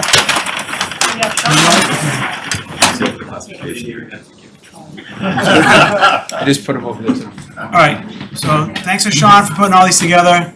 Thanks to department heads that did the 360s. Thanks to the board. Thanks for everybody getting them in on time, except for Karen. So I just want to move on. Classy, keep it classy. You're welcome. You can quote me, Bob. Well, that's the truth, so. So, I don't know how you guys want to kick this off. Everything's in the packet. All the 360s, all our reviews, our comments, and anyone who wants to speak. Can I just thank everybody Oh, for sure, their sure. comments Of and course. feedback? I read them all. I thank you for that. I really appreciate the opportunity that you gave me to meet with you one-on-one. I felt those one-on-one meetings were very valuable to me, and to sort of flesh out things that were in the review. So I appreciate that. I think we've accomplished a lot. I know you've read my self-assessment, which is in there. It's been a very busy year. I think I went above and beyond the contract to accomplish things that you needed and wanted accomplished and the town needed. So there's always room for improvement. I realize that. So I don't think we have to sort of dwell on this thing for hours. Everybody's read it. I've read it. I'm open to more comments and feedback. But really, those one-on-one meetings were really, really key for me. So I just want to state that. Thank you, Matt. Thank you. First tribute, Mark? Thanks, Carlo. You looked at me. So, first of all, this is a really difficult process to do in public and awkward. For sure. Awkward's the word. Sure, we talked about that. Here. I think what you can see in the comments, as you said, are a number of concerns that I raised. I'll speak for myself, but certainly in reading all the other comments, a number of other board members raised them as well. There are a lot of accomplishments. There are a lot of things that didn't happen as well as they could have. And there are a lot of things that I think need much more leadership than has been demonstrated so far. The very hard part for me is that the notion of this contract in the first place was to give you the opportunity to do that. And I think you're getting our feedback in terms of how we think that went. I think there's some consistent feedback between the five of us in terms of higher expectations, particularly on the leadership side. Sure. And I guess what I'd be hoping for would be a desire to want to get to that and to want to do that. We have one-on-one discussions, that's great. I think I've been consistent since before the hiring process took place. Yes. And I want to make sure that this is Reading first, obviously. I think that there's a lot that we want and need to do and to get done and to be able to help the community work through things. Part of that, I think, was related to some stability, making sure that was there. But it needs to go beyond that. And to me, that's the most important aspect that needs to change. It needs to be different from how it's been done over the last 9, 10, 11 months, whatever it's been. So I would hope that whatever we have in our discussions, which I know will be executive session separately afterward, is wanting to make sure that you're comfortable changing in some ways. I think that's what is being asked. Certainly it is for me. To be able to do that and to embrace that and to take the town forward. And I think you got some very specific feedback on different areas, different projects, different expectations. And I hope that that's feedback that you can take and work with to kind of figure out how to do that in a different way. I would love for this board to be giving you all 1s and 2s. I think that's the expectation and goal. And I think it's going to take some changes if that were to be able to happen, right? I think that you did, in certain areas, yes, and that's great. I think that things, different pieces, different areas. But in areas like leadership, communication, those are things that aren't okay right now. And I would want to see major changes taking place and a commitment to get there. Sure. Yeah, and I agree, and we talked about that in our one-on-one meetings, but yes, I'm open to changing to give the board what it needs in terms of communications. I mean, obviously, if, I think we've accomplished a lot, done a lot, but if the board doesn't know that or doesn't recognize it or see something in a different way, I want to make sure, you're the bosses, and I want to make sure that you're happy with that, and the town itself is happy with it. So that's something I am committed to doing, and I think I'm, like you said, it's been 9 months, so. Yeah. But I think it means you need to be on the pulse of that. I was surprised to see just a list of accomplishments. I was expecting a list of thoughts on how to improve and change. Some of that was at the end, but yes, I think so. I think that kind of being on the pulse is something that would really make a difference. And there are 5 of us.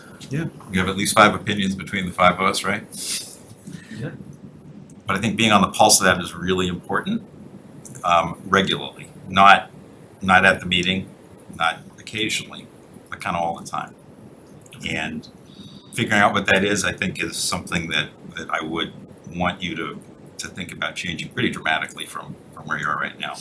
Okay, I appreciate that feedback. I do. Thank you, Mark. Chris? Thanks, Carl. And thank you, Matt.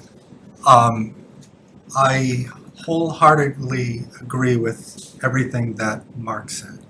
I don't disagree with a single thing. I think Mark put it politely, eloquently, whatever word you want to use. I think in our one-on-one meeting, obviously I spoke to you about a bunch of things. I know some stuff's already been resolved. I know when we, at least for me,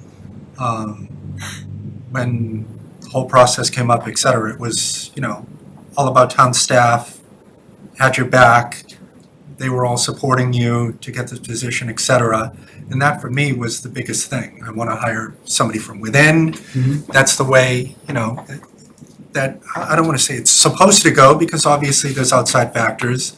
But obviously for me, taking care of town staff and making them happy obviously is the greatest thing. I don't think we lost anyone while you were here, other than maybe, like retirements or something.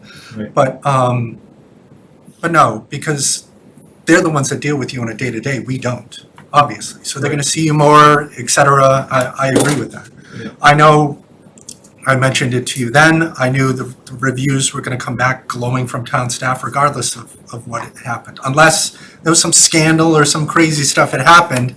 I mean, I didn't see anything that was gonna obviously deviate from that. I mean, like I mentioned, in there, you've been to almost every event that we've had here, which is great. I know you live in Methuen. Yes. Bedell was in Chelsea. It's the same thing. All of you, him, commute, come from far away to come to various events. I think there's some feedback in some of the reviews that I saw should not be attributed to you at all. I disagree with some of the stuff that was said in there. I don't think that we can fault you for certain items that are listed. You know what I mean? But the biggest thing, yes, is communication. We should be finding out from you for things. I understand this MBTA scenario is a one-off. Yeah. But any other big major scenarios has to be ran, through us. We can't find out from a resident. Sure, no, I agree with that. You know what I mean? And I have tried to do that, but Yeah. I will try better. Yeah. I think that, I think that now what has to change. And hopefully you can embrace it and see, the goals that were put in here. I agree, we voted on them, et cetera.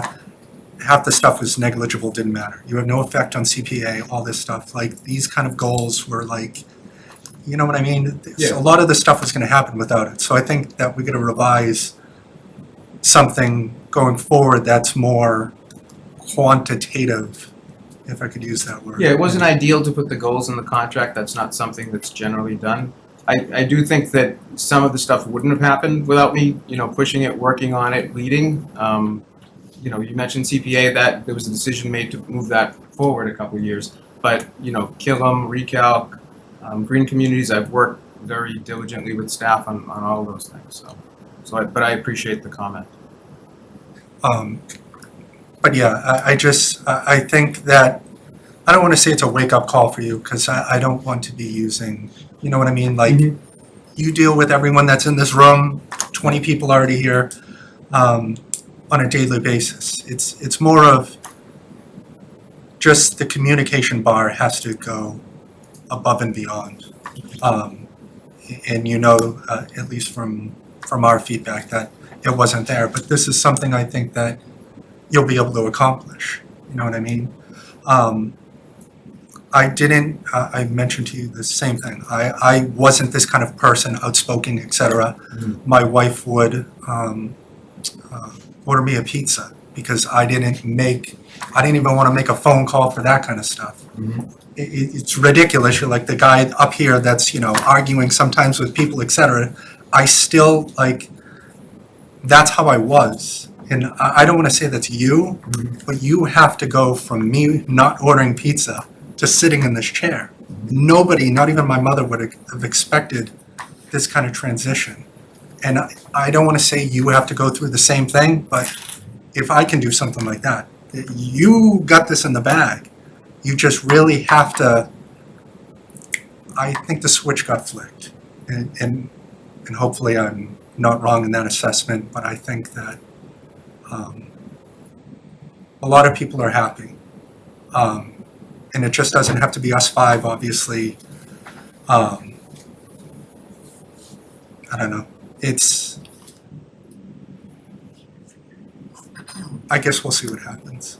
But I think that in the last 30, 60 days, et cetera, how you've been, if it can be that and then some right out of the gate, I don't think we'd be having this conversation. But I think now, and I think, Yeah, and again, it was a short-term contract, so it was 9 months. In any job, you're going to take 9 months to a year to sort of get acclimated. Even though I've been here a long time, sitting in this chair is a lot different than sitting in the other chairs. So you learn that by sitting in the chair. But I definitely take your comments to heart and appreciate them, and we'll work in that direction for sure. Thank you. Sure. So can I just say out there, this evaluation, we have no visibility to reviews, evaluation, I said this to Matt, I'll just say it to you too. Or ongoing continuing education. That's really important. For 5 years, I've been asked to evaluate a town manager on that. We have no visibility. So either the evaluation needs to change, or Matt's got another thing on his plate. He's gotta be able to update us, and because, as I said in our meeting, the only way I know is if these reviews, evaluations, and ongoing continuing education are happening by the turnover in the staff. So you had a huge job this year filling all those positions and getting the team to coalesce, and you did that. And yep. And and you didn't have a lot of time to do it. You had 9 months to do it. So we can't take that away from you, and you can't do everything in 9 months. I would agree with Mark that we do have at least two critical projects going forward, and at the top of this pyramid are the residents, and they've asked us to be their voices, and then below that is you and the town accountant and town council and the staff supporting all of our endeavors. So as Mark mentioned, this is an opportunity for you to take on the leadership. As you've rightly explained, and I appreciate that, you serve at the pleasure of the select board, so you can be a champion that's another way of looking at the leadership I think you were getting at, be more of a champion, and that's based also on just some feedback. Sure. But again, nothing wrong with having a team and enabling a team. I am very confident, and when you go on vacation, things keep running, nothing falls apart. That's important, and that can't happen unless you're enabling your department heads and your team members, and they know that you are trusting them to keep the ball moving and make the right decisions. So that's awesome. Yeah. We've So- got a great team here, you're right. Yeah, and from my perspective, in 9 months in the kind of chaotic year with all of the balls that we had in the year, it's not an unreasonable approach. And I do think you have started coming up from behind the curtain because you were this in the supporting role for so long. So I would, as Mark was elaborating, I don't want to take the words out of your mouth. I'd like to see more of that. We need you charging up the hill with the flag. Okay. And the team's gonna be there to make sure you get there. The other thing I'd like to see is our charter specifically specifies an ombudsman. And while residents should always feel comfortable calling the town manager, we have a lot of, this board and the staff and the state have a lot of expectations of you. And I would love to see someone else helping out with the ombudsman role. Right. There's only so many hours in your day. Right, yeah, and so I was the ombudsman for years here. Right. I've sort of passed that on to Jane as well as part of her duties of assistant town manager, because that was Okay, sort of let me make the same the speech. tradition, but yeah, Okay. and she does field a lot of, I mean, Yeah. we're just getting, Jane's been in that position about 6 months, I've been 9 months, so we're Okay, so just, you know, Jane's the ombudsman, but she okay. is getting a lot of those calls and fielding to me if needed. But I do respect the charter. Okay. That the ombudsman is the person that gets a lot of those calls at first and helps direct people My around personal town. opinion is that we as an organization have not been respecting this role in the charter enough, and by that I mean not funding it. It's like, oh, when someone has time, let's do it. And I've seen it in a town like Andover where, you know, I think they might even be using some of the seniors, although I could be wrong. There's just like somebody that you can go to, a live person, because you probably get a lot of pretty easy to answer questions. I know some of them are always gonna. Some harder than others. All right. Yes, right. Okay, well, so rather than using Facebook as the ombudsman, if we had a face, and it could potentially be somebody working off a professional with lots of people experience who has been engaged with the town, it could maybe like give people a place besides Facebook to go to ask like Yeah, we don't. and really we- mundane questions. Right, and we don't, Facebook's not a good tool for that. It's It really good for a lot of isn't. things, but not for That's really sad. I understand, yep. That's Alright, something we can so that's it. improve. Thank you. I Sure. appreciate all that you've done. Thank you, appreciate that too. Melissa? You know, thank you for the opportunity to have a one-on-one with you. I think that was helpful for both of us. Yes. I mean, I'm the new person here too, so. That's right. Both know of you. how it feels to be sitting in that chair. Mm-hmm. So I think the biggest thing, what I said in my review and what I said in our one-on-one is communication for me. Like, I just felt like there was a little bit of a lack of communication when it came to certain things. So I think that needs to be increased. And then the other big thing that I think we discussed was that not only do you work for us, per se, I hate to say it like that, but like, I wanna see you, you have to be like the leader between all the different department heads when it comes to big projects. And I guess an example for me would be MBTA communities, where that was on community development, but you know, a lot of times in those public meetings, residents were looking for answers on, you know, would this affect DPW stuff? Would this affect public services, school stuff? And I feel like you need to be the person that gathers that information for those public meetings. Sure. So for me, those were kind of the big standouts, but Okay, fair enough. yeah, but I appreciate your time here, and I know that being on a one-year contract also isn't easy, when, you know, this review process has to happen again in 9 months, so. Yeah. But I No, appreciate it. I appreciate that, and that's something we can certainly work on, so. Thanks. I met with Matt as well, and just looking in the room, you know, this is a testament. I assume that if you didn't have support, they wouldn't come. That's what I would do. But just looking out here and seeing everybody and showing their support means a lot to me. I'm sure it means a lot to you. And back in March, I chose stability, and we were going through a rough patch, and definitely qualified. And Mark said a lot of things, and he probably said it much better because he's a better speaker than I am. But I agree with a lot of Mark's comments and my fellow board members. Communication is a big one. I mean, and nothing's ever going to be perfect. I understand that. We've always talked about communication on this board, to the residents, to us. But for the board, I think now for me, 3 town managers, and knowing of Peter, not really his style so much, but knowing he was a town manager for a long time, maybe too long, but that's a different story. From Bob to Fidel to you, different styles, different backgrounds. And so when you look at that history, okay, what is the Frankenstein town manager, right? What is the perfect town manager? There probably isn't. But we want to take aspects of all those different people and try to mold that, and that we can't do that. We want someone that is going to take charge, move us forward, champion the projects, look for different ways, out of the box type stuff. We all know Fidel was a showman. He was front and center, out there. We all were out of hard COVID. Different time for you, right? COVID's pretty much over, still exists, but over. And no more mandates, no more stuff. So now we're just trying to get these 2 big projects that are in front of us in process. And I agree with Chris's comments. Some of the goal objectives, CPA, green communities, those were just going to happen. Yeah, you were there. We needed someone to shepherd them, but So for me, communication's a big one. Okay. Being more engaging and active in meetings. Okay. And again, not easy, trying to maybe get up to speed where not so much you have the answer on the spot, but be more engaging, I think is a good way to say it.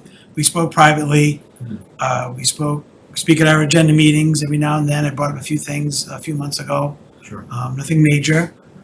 Like I said, in person, town is not on fire, town is running great. We have a lot of great staff, a lot of great volunteers, and that's how we run the town. Right. We just want to be, the town manager want to be our spokesperson for the town, for us, and for them, and I'm sure they want the same thing. So I know 9 months isn't a long time, and the first several months were challenging, let's call it that, politically. So we've gotten past that. We've gone through town meeting, we've gone through MBTA, so we've accomplished a lot of things. We have a lot of things ahead of us, and we get some big asks of the residents coming up soon with Kellum and the Community Active Living Center. So I don't have an exact answer, but I think based on my review, based on conversations, and based on the last one speaking, you've kind of heard from us in what we want to see, what would like to be changed, and that's either in you or it isn't. It's a thing, something. Yeah. No, it's certainly in me, and I'll take that to heart. Like I said, it was a short period of time. There was some volatility, as you well know, and so I'm trying to navigate that as well, and not to take sides, to be right down the middle, which is I think part of the job of the town manager. So, but still move the agendas forward, and so I concentrated on what was in the contract, and then other things as well, and then keeping our team running and promoting people and bringing in new people. Not a lot of people left, but also people moved up as well through retirements and whatnot. So, so we have a great team here. I want to see that I want to see that moving forward, and I think that I think the best really is yet to come. I think we have a bright future. I said that before, I'll say it again.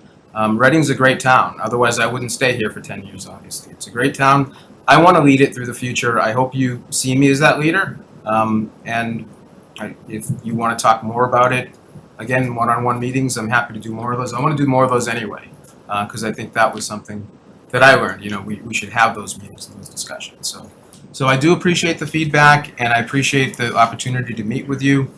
I don't know if there's much more I could say. I hope you read my written report and also the 360 that was done by the employees. I'm sure we all did, I know I did, so. Mr. Chair, are we allowed to speak? I was just gonna mention that, briefly, if you wanna come up to the podium, yeah, I don't wanna go crazy here, but yeah, you guys are here. I don't mean to speak on behalf of staff, but I appreciate you saying something and acknowledging we're all here on a night off to support our leader, who's been a fantastic leader here for 9 years. We wanted him to make the town manager because we knew his leadership style. A great leader doesn't need to be on the front page of the paper, taking the lead on everything and taking all the credit. He trusts in his staff to do the job done and helps us when we need it done. And that's what we have in Matt. He's a different leader than we've had, especially with the previous leader, but he's a great leader. We trust him, he trusts us, and together we're working forward. And he's only had 9 months. We are here to show support for him, and we're here to hopefully ask that this board gives him an opportunity, a long-term opportunity, to continue to lead this town and let us do what we need to do to help this town and working together. And that's why we're here. And this is a testament to all of us here on a night off, department heads and assistant department heads, to show you, and based on our evaluations, our faith in him. We've always had faith in him. We're asking you to give the same faith that we have in him and let him move forward and continue to do his job. I'm a resident in Reading and also a department head in Reading. And I'm thrilled to have him leading this town into the future, and I hope all of you see that, and I hope all of you give him the opportunity and give us what we need, some stability and a true leader to let us do what we need to do for our jobs. So I just want to say thank you. I didn't mean to speak for everybody, but thank you. Thank you, well said. Thank you, Chief. Second that. Anyone else? I'll open it up to anyone else that wants to speak. Yeah, sure.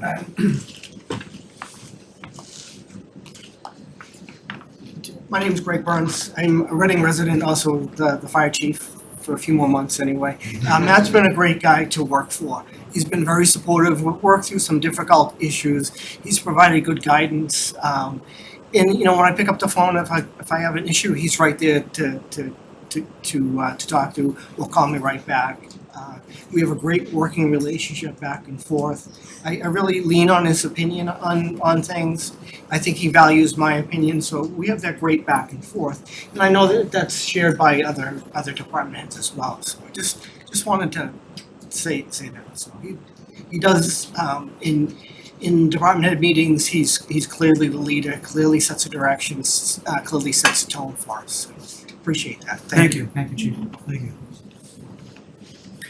Anyone? Any takers? Final call. All right. Thank you, guys. Feel free to stay here for the rest of the meeting. We have future agendas coming up next. Oh, we're getting a call. There's cupcakes up there if anybody wants them. Why don't we take a 5-minute recess, actually? Let's take a 5-minute recess. 5-minute recess.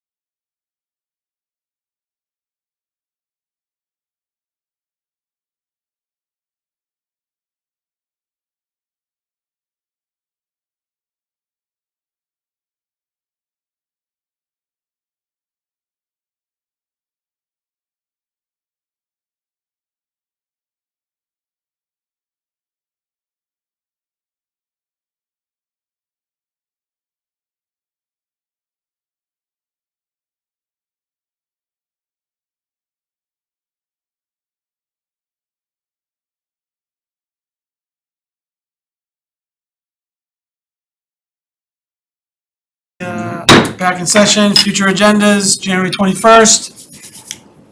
I already started it with Matt. We have some room, but, you know, Yep. I definitely think that we need to add this MBTA rail conversation to that meeting. yeah, well, I guess, it's just, well, okay. But a presentation from who? MBTA? I don't know, or even just a conversation amongst us or gather information of what our rights are, how we can. Do we have any say, Do we Matt, have in say? this? We can't have that conversation now, but that's. Oh, yeah, what the right, agenda okay. item. Yeah, Well, we Mas- could- I agree, we should put it on the To agenda. make it an and let me- agenda item, Let me yeah. work on So it we and can get talk some, about it freely. get some information for you. Yeah, cause I think we You need weren't to here see where when we it came up, but I have talked to town council about it, you know. Okay, all right, that's fine. Yeah. Did you get that, Caitlin? Okay. I'd be open if y'all wanna have a special like Zoom meeting for this particular Oh, item as Hold on, well. she said the room is still muted, so I don't know. Oh, I must have hit it twice. I'm sorry.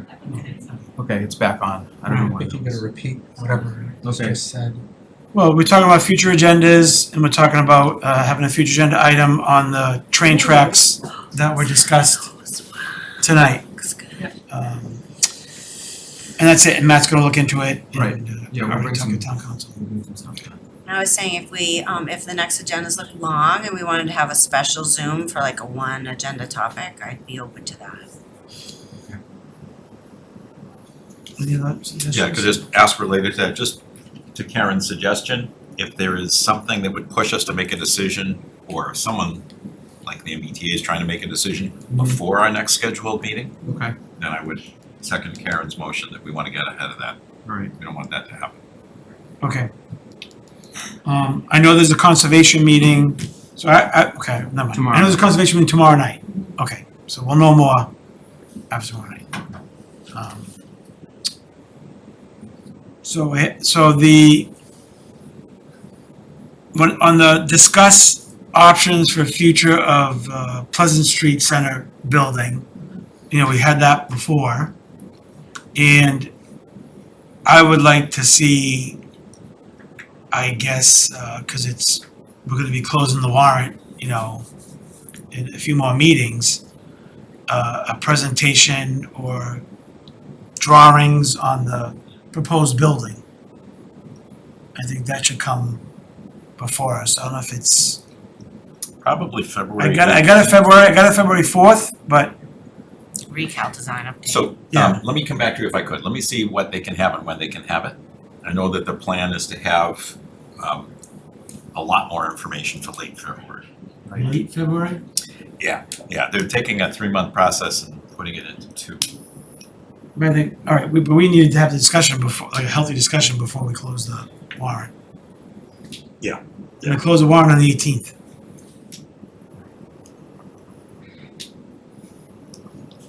Excuse me, usually now you got me.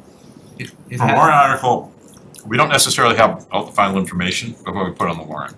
And in fact, when we do the warrant, it doesn't contain that information. I know, we did really it is last just a time. No, topic. I know, Yeah. but I just don't. So I don't think we can push the process any faster. Right, and we have until March 4th to actually close the warrant if you needed to, but it's better to do it early. And, you know, I did have a meeting, we had a meeting today regarding some of the timetables, so I don't, you know, Mark will get back with some information, but Okay. I think it's about right, so. PBC meets, tomorrow night? No, Monday, Not sorry, tomorrow Monday, night, Monday. Yeah, right, exactly. I'll bring it up there. Okay. Yep. All right. Could we put out there an agenda item placeholder, could probably be March-ish, that as the Green Communities application was submitted, we have a final to-do, which is to get the agreement with RMLD Yes. signed, and it would be good not to have that waiting until the last minute. Should we do So two that we meetings just in need to look March? at the agreement, understand it, ask any questions. And RMLD Get has to them to vote on sign it it. first? What? They sign it first, RMLD? I don't know that it matters. They've seen it. We can, so what I'm asking, I think, Matt, is for Matt to reach out and see if there've been any updates to what they've already seen. They can send Okay. us over the most recent copy, and then we just look at it and have town council look at it. Okay. Yeah, that's the These last guys will do piece. the same. Can I ask a follow, it's not agenda, but it's specific to that item. maybe to ask you, Matt, to start looking into what projects should be considered that we should apply for grants on. Sure. And then come back to us for a later agenda to kind of share some of that. So it's kind of a follow-on to that same topic. Okay. I was at the preview meeting for the demo delay bylaw change that's gonna happen tomorrow night, a presentation. So I went last night, and what came up, which we've spoken about, and I think we really need to drill down a little bit more, is master plan. This is now 20 years. So they brought that up because they were talking about historic stuff and how that was part of the master plan. And I happened to be there, I'm like, So on a master plan agenda item? I think we're gonna have to get a committee, and I think it's time. Mark's been championing this for a while, and 20 years sounds good, right? Too long, but I like More the than 20 years. doesn't sound as good. I like 20 years. Let's do it. So that'll be, I'll get that probably for March. I think we all agree on that one. And that's something that we need. We can't think of anything else right now. I'm sure something will come up.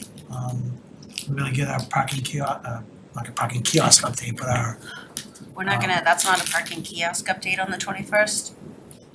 yeah, that's what I mean. It's downtown parking update, I think first, which will incorporate, I asked Matt that, how many tickets have been written, what's been Bridget has been dealing with, because we can't talk about the kiosks aren't working. We wanted to get an update on how it is in the both lots, I think, for us to talk about, and then we can decide what to do on the 4th. Discuss then vote. Right, so Deputy Amendola will be here for that. Okay. She's gathering that information.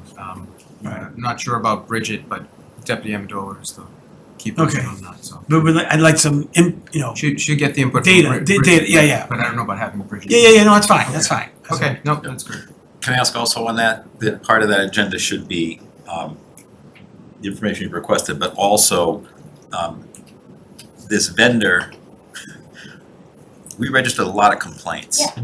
What And change updates. are they doing? Yeah, that's what I'm expecting, an update on Yeah. all of the requested changes and issues. Yeah, that's part of that too, yeah. Okay. I just meant we're not voting on to get rid of the kiosks, keep them, restart them on that night, that's all.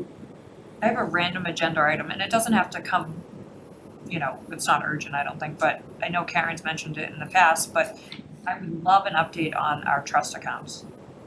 With Chris mentioning Burbank again tonight. Yeah. I would love to know what's sitting in these accounts and how we can actually use the money for these accounts. And I know that all of them are very specific, how they can be used, but, I mean, it sounds like they're just adding up and sitting there, and not really being used.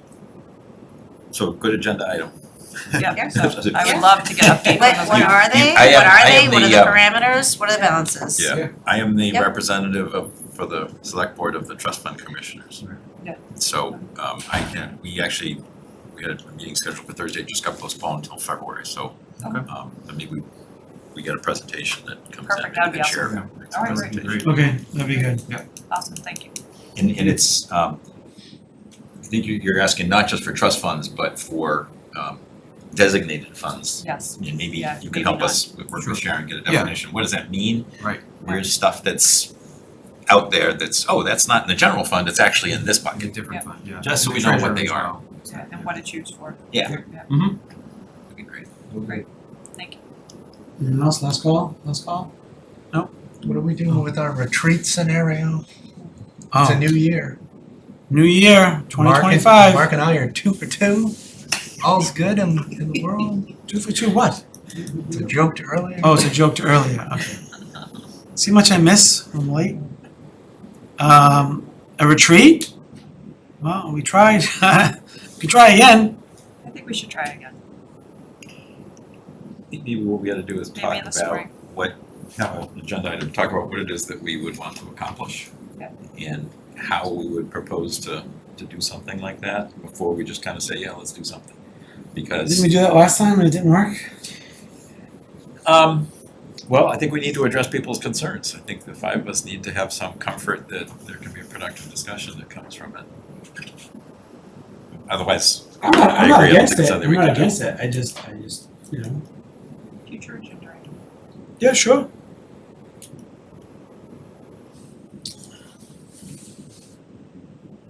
Last call again? No, I said let's kick Bob out. Bye. He's had a late No, night. we gotta do, So we can all get home. minutes. Minutes. Get 2 minutes. Okay. to do. Alright, oh shoot, I only saw one. Sorry, nothing personal. Can't go home until we're done. Okay.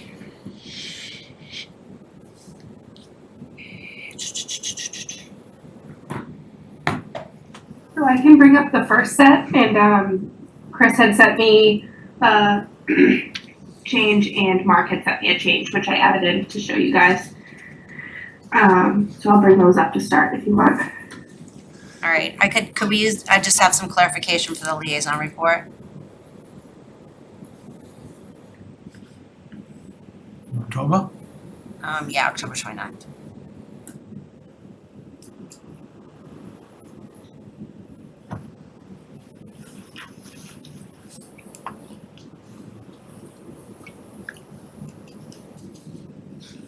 That's in the wrong spot, Caitlin. Oh. That goes down under. Oh, under the actual discussion. Yes.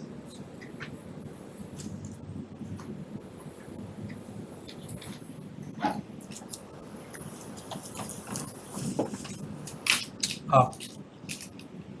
I miss it. Yep. Keep going. Oh, right here. Right? Yep. Okay.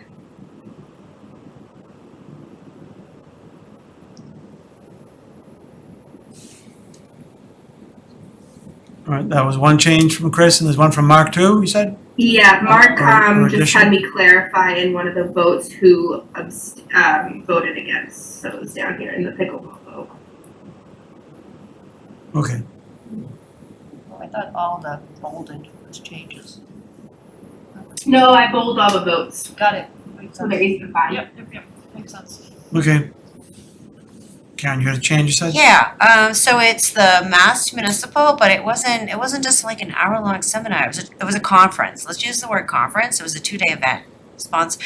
Mass Municipal Energy Conference, I was just looking for the specific name of it, not really finding it. Energy conference, is that what you said? Oh, got it. Mass Municipal Association, Mm-hmm. Energy Conference. We have all their events out there, but for whatever reason, it doesn't show up on there. Anything else on the 29th from you? Probably not. Alright, let's do a motion for the 29th. Move to approve the meeting minutes from October 29, 2024 as amended. Second. Thanks, any discussion? Seeing none, all those in favor? 5-0, thank you. December something. 10. I didn't receive any changes, so do you want me to pull them up or no? Might as well just pull it up so people can see it. It's the budget meeting. Yes.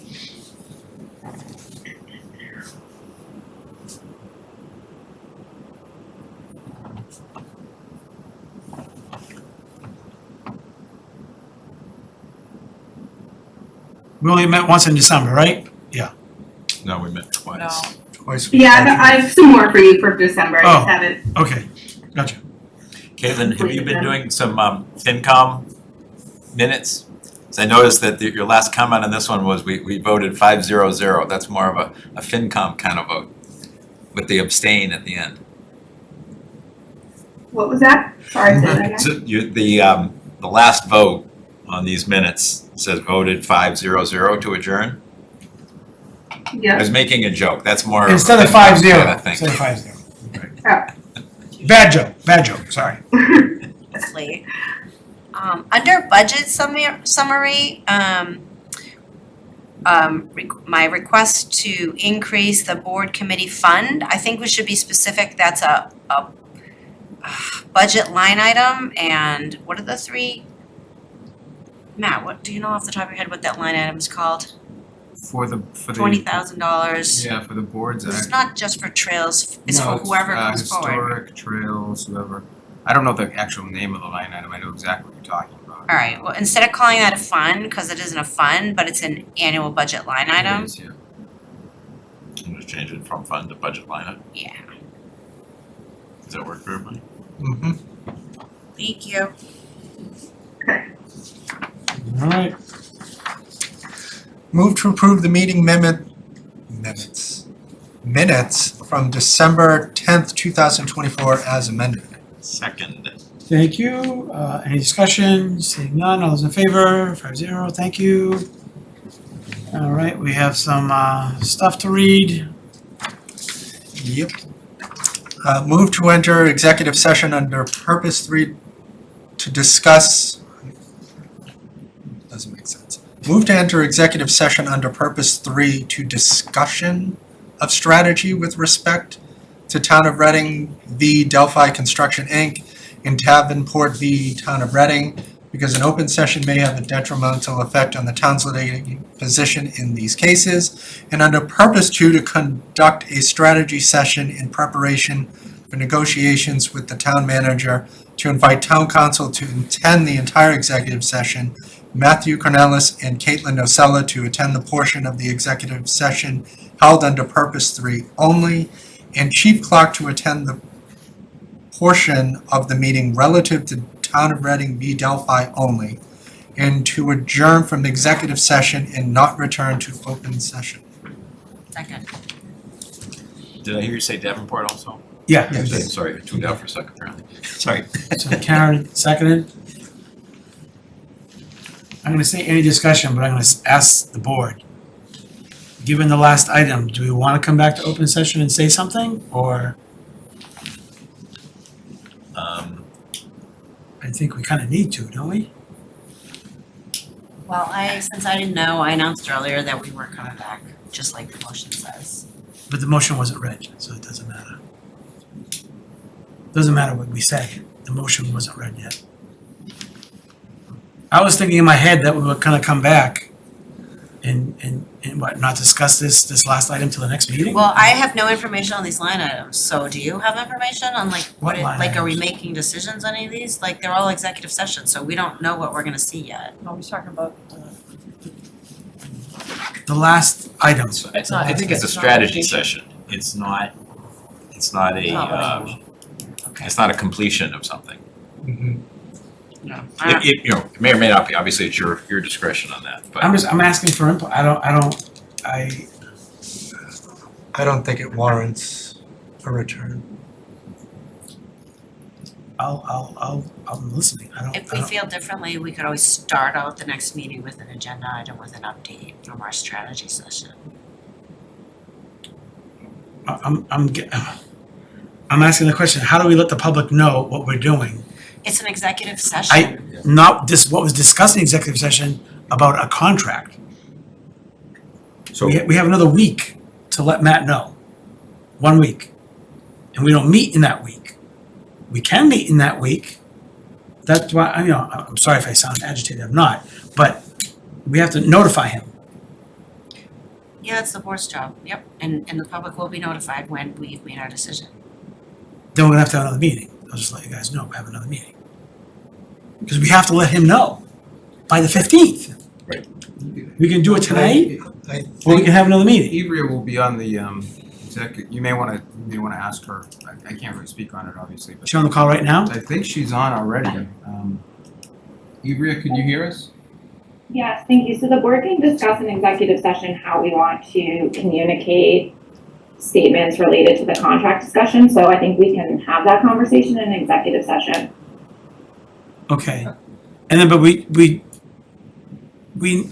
I know we need to notify Matt by the 15th. And is will that be the notification to the public as well? That's a decision for the board. So it's not a legal mandate that we immediately tell the No, public. it's not, we have to vote. Right, so worst case, we'd have to have another meeting before the 15th. Okay, so. Or actually almost sounds like we will have another meeting. Oh, we have to, 15th, no, right? will, it can be Zoom, it can be in person. I don't think one way or the other, a Zoom meeting that nobody is gonna pay attention to because it's a off script meeting is gonna be beneficial, you know what I mean? I don't think anyone's gonna, which contradicts what I just said, that I don't think we have to come back out of. Yeah, the other part is, it's gonna be 10:30, 11 o'clock at night. Correct. If we came back tonight. And we can't change it, Ivrea, if we Yeah, wanted to I come know, back I'm to ready, it. I'm going for my cookie as soon as I get a chance, it's gonna be a long one. I didn't hear the end of that conversation, So the motion says to adjourn from the executive session and not return to open session. Can You we, can change the motion to come back to open session. And I already announced to the public that we weren't coming back, so like, people went to You bed. did, okay, Yeah, so good. that's I didn't hear that component, so if we've already told the public we weren't coming back, then we shouldn't come back. You didn't have the motion, how'd you? Did we tell them I we weren't didn't, I coming we were back? kinda like, it doesn't, we knew we were gonna get out at 11, I didn't think we were coming back, and I don't really know what's in that agenda item, what was coming out of it. So we'll post for next week, that's all, I alright. wouldn't worry about it too Alright, no much. worries. Alright, so we didn't change the motion. Karen seconded. We had a discussion, all those in favor? roll call. Oh, sorry, roll call. Touche. Melissa? Yes. Mark? Yes. Karen? Yes. Chris? Yes. Carlo, yes.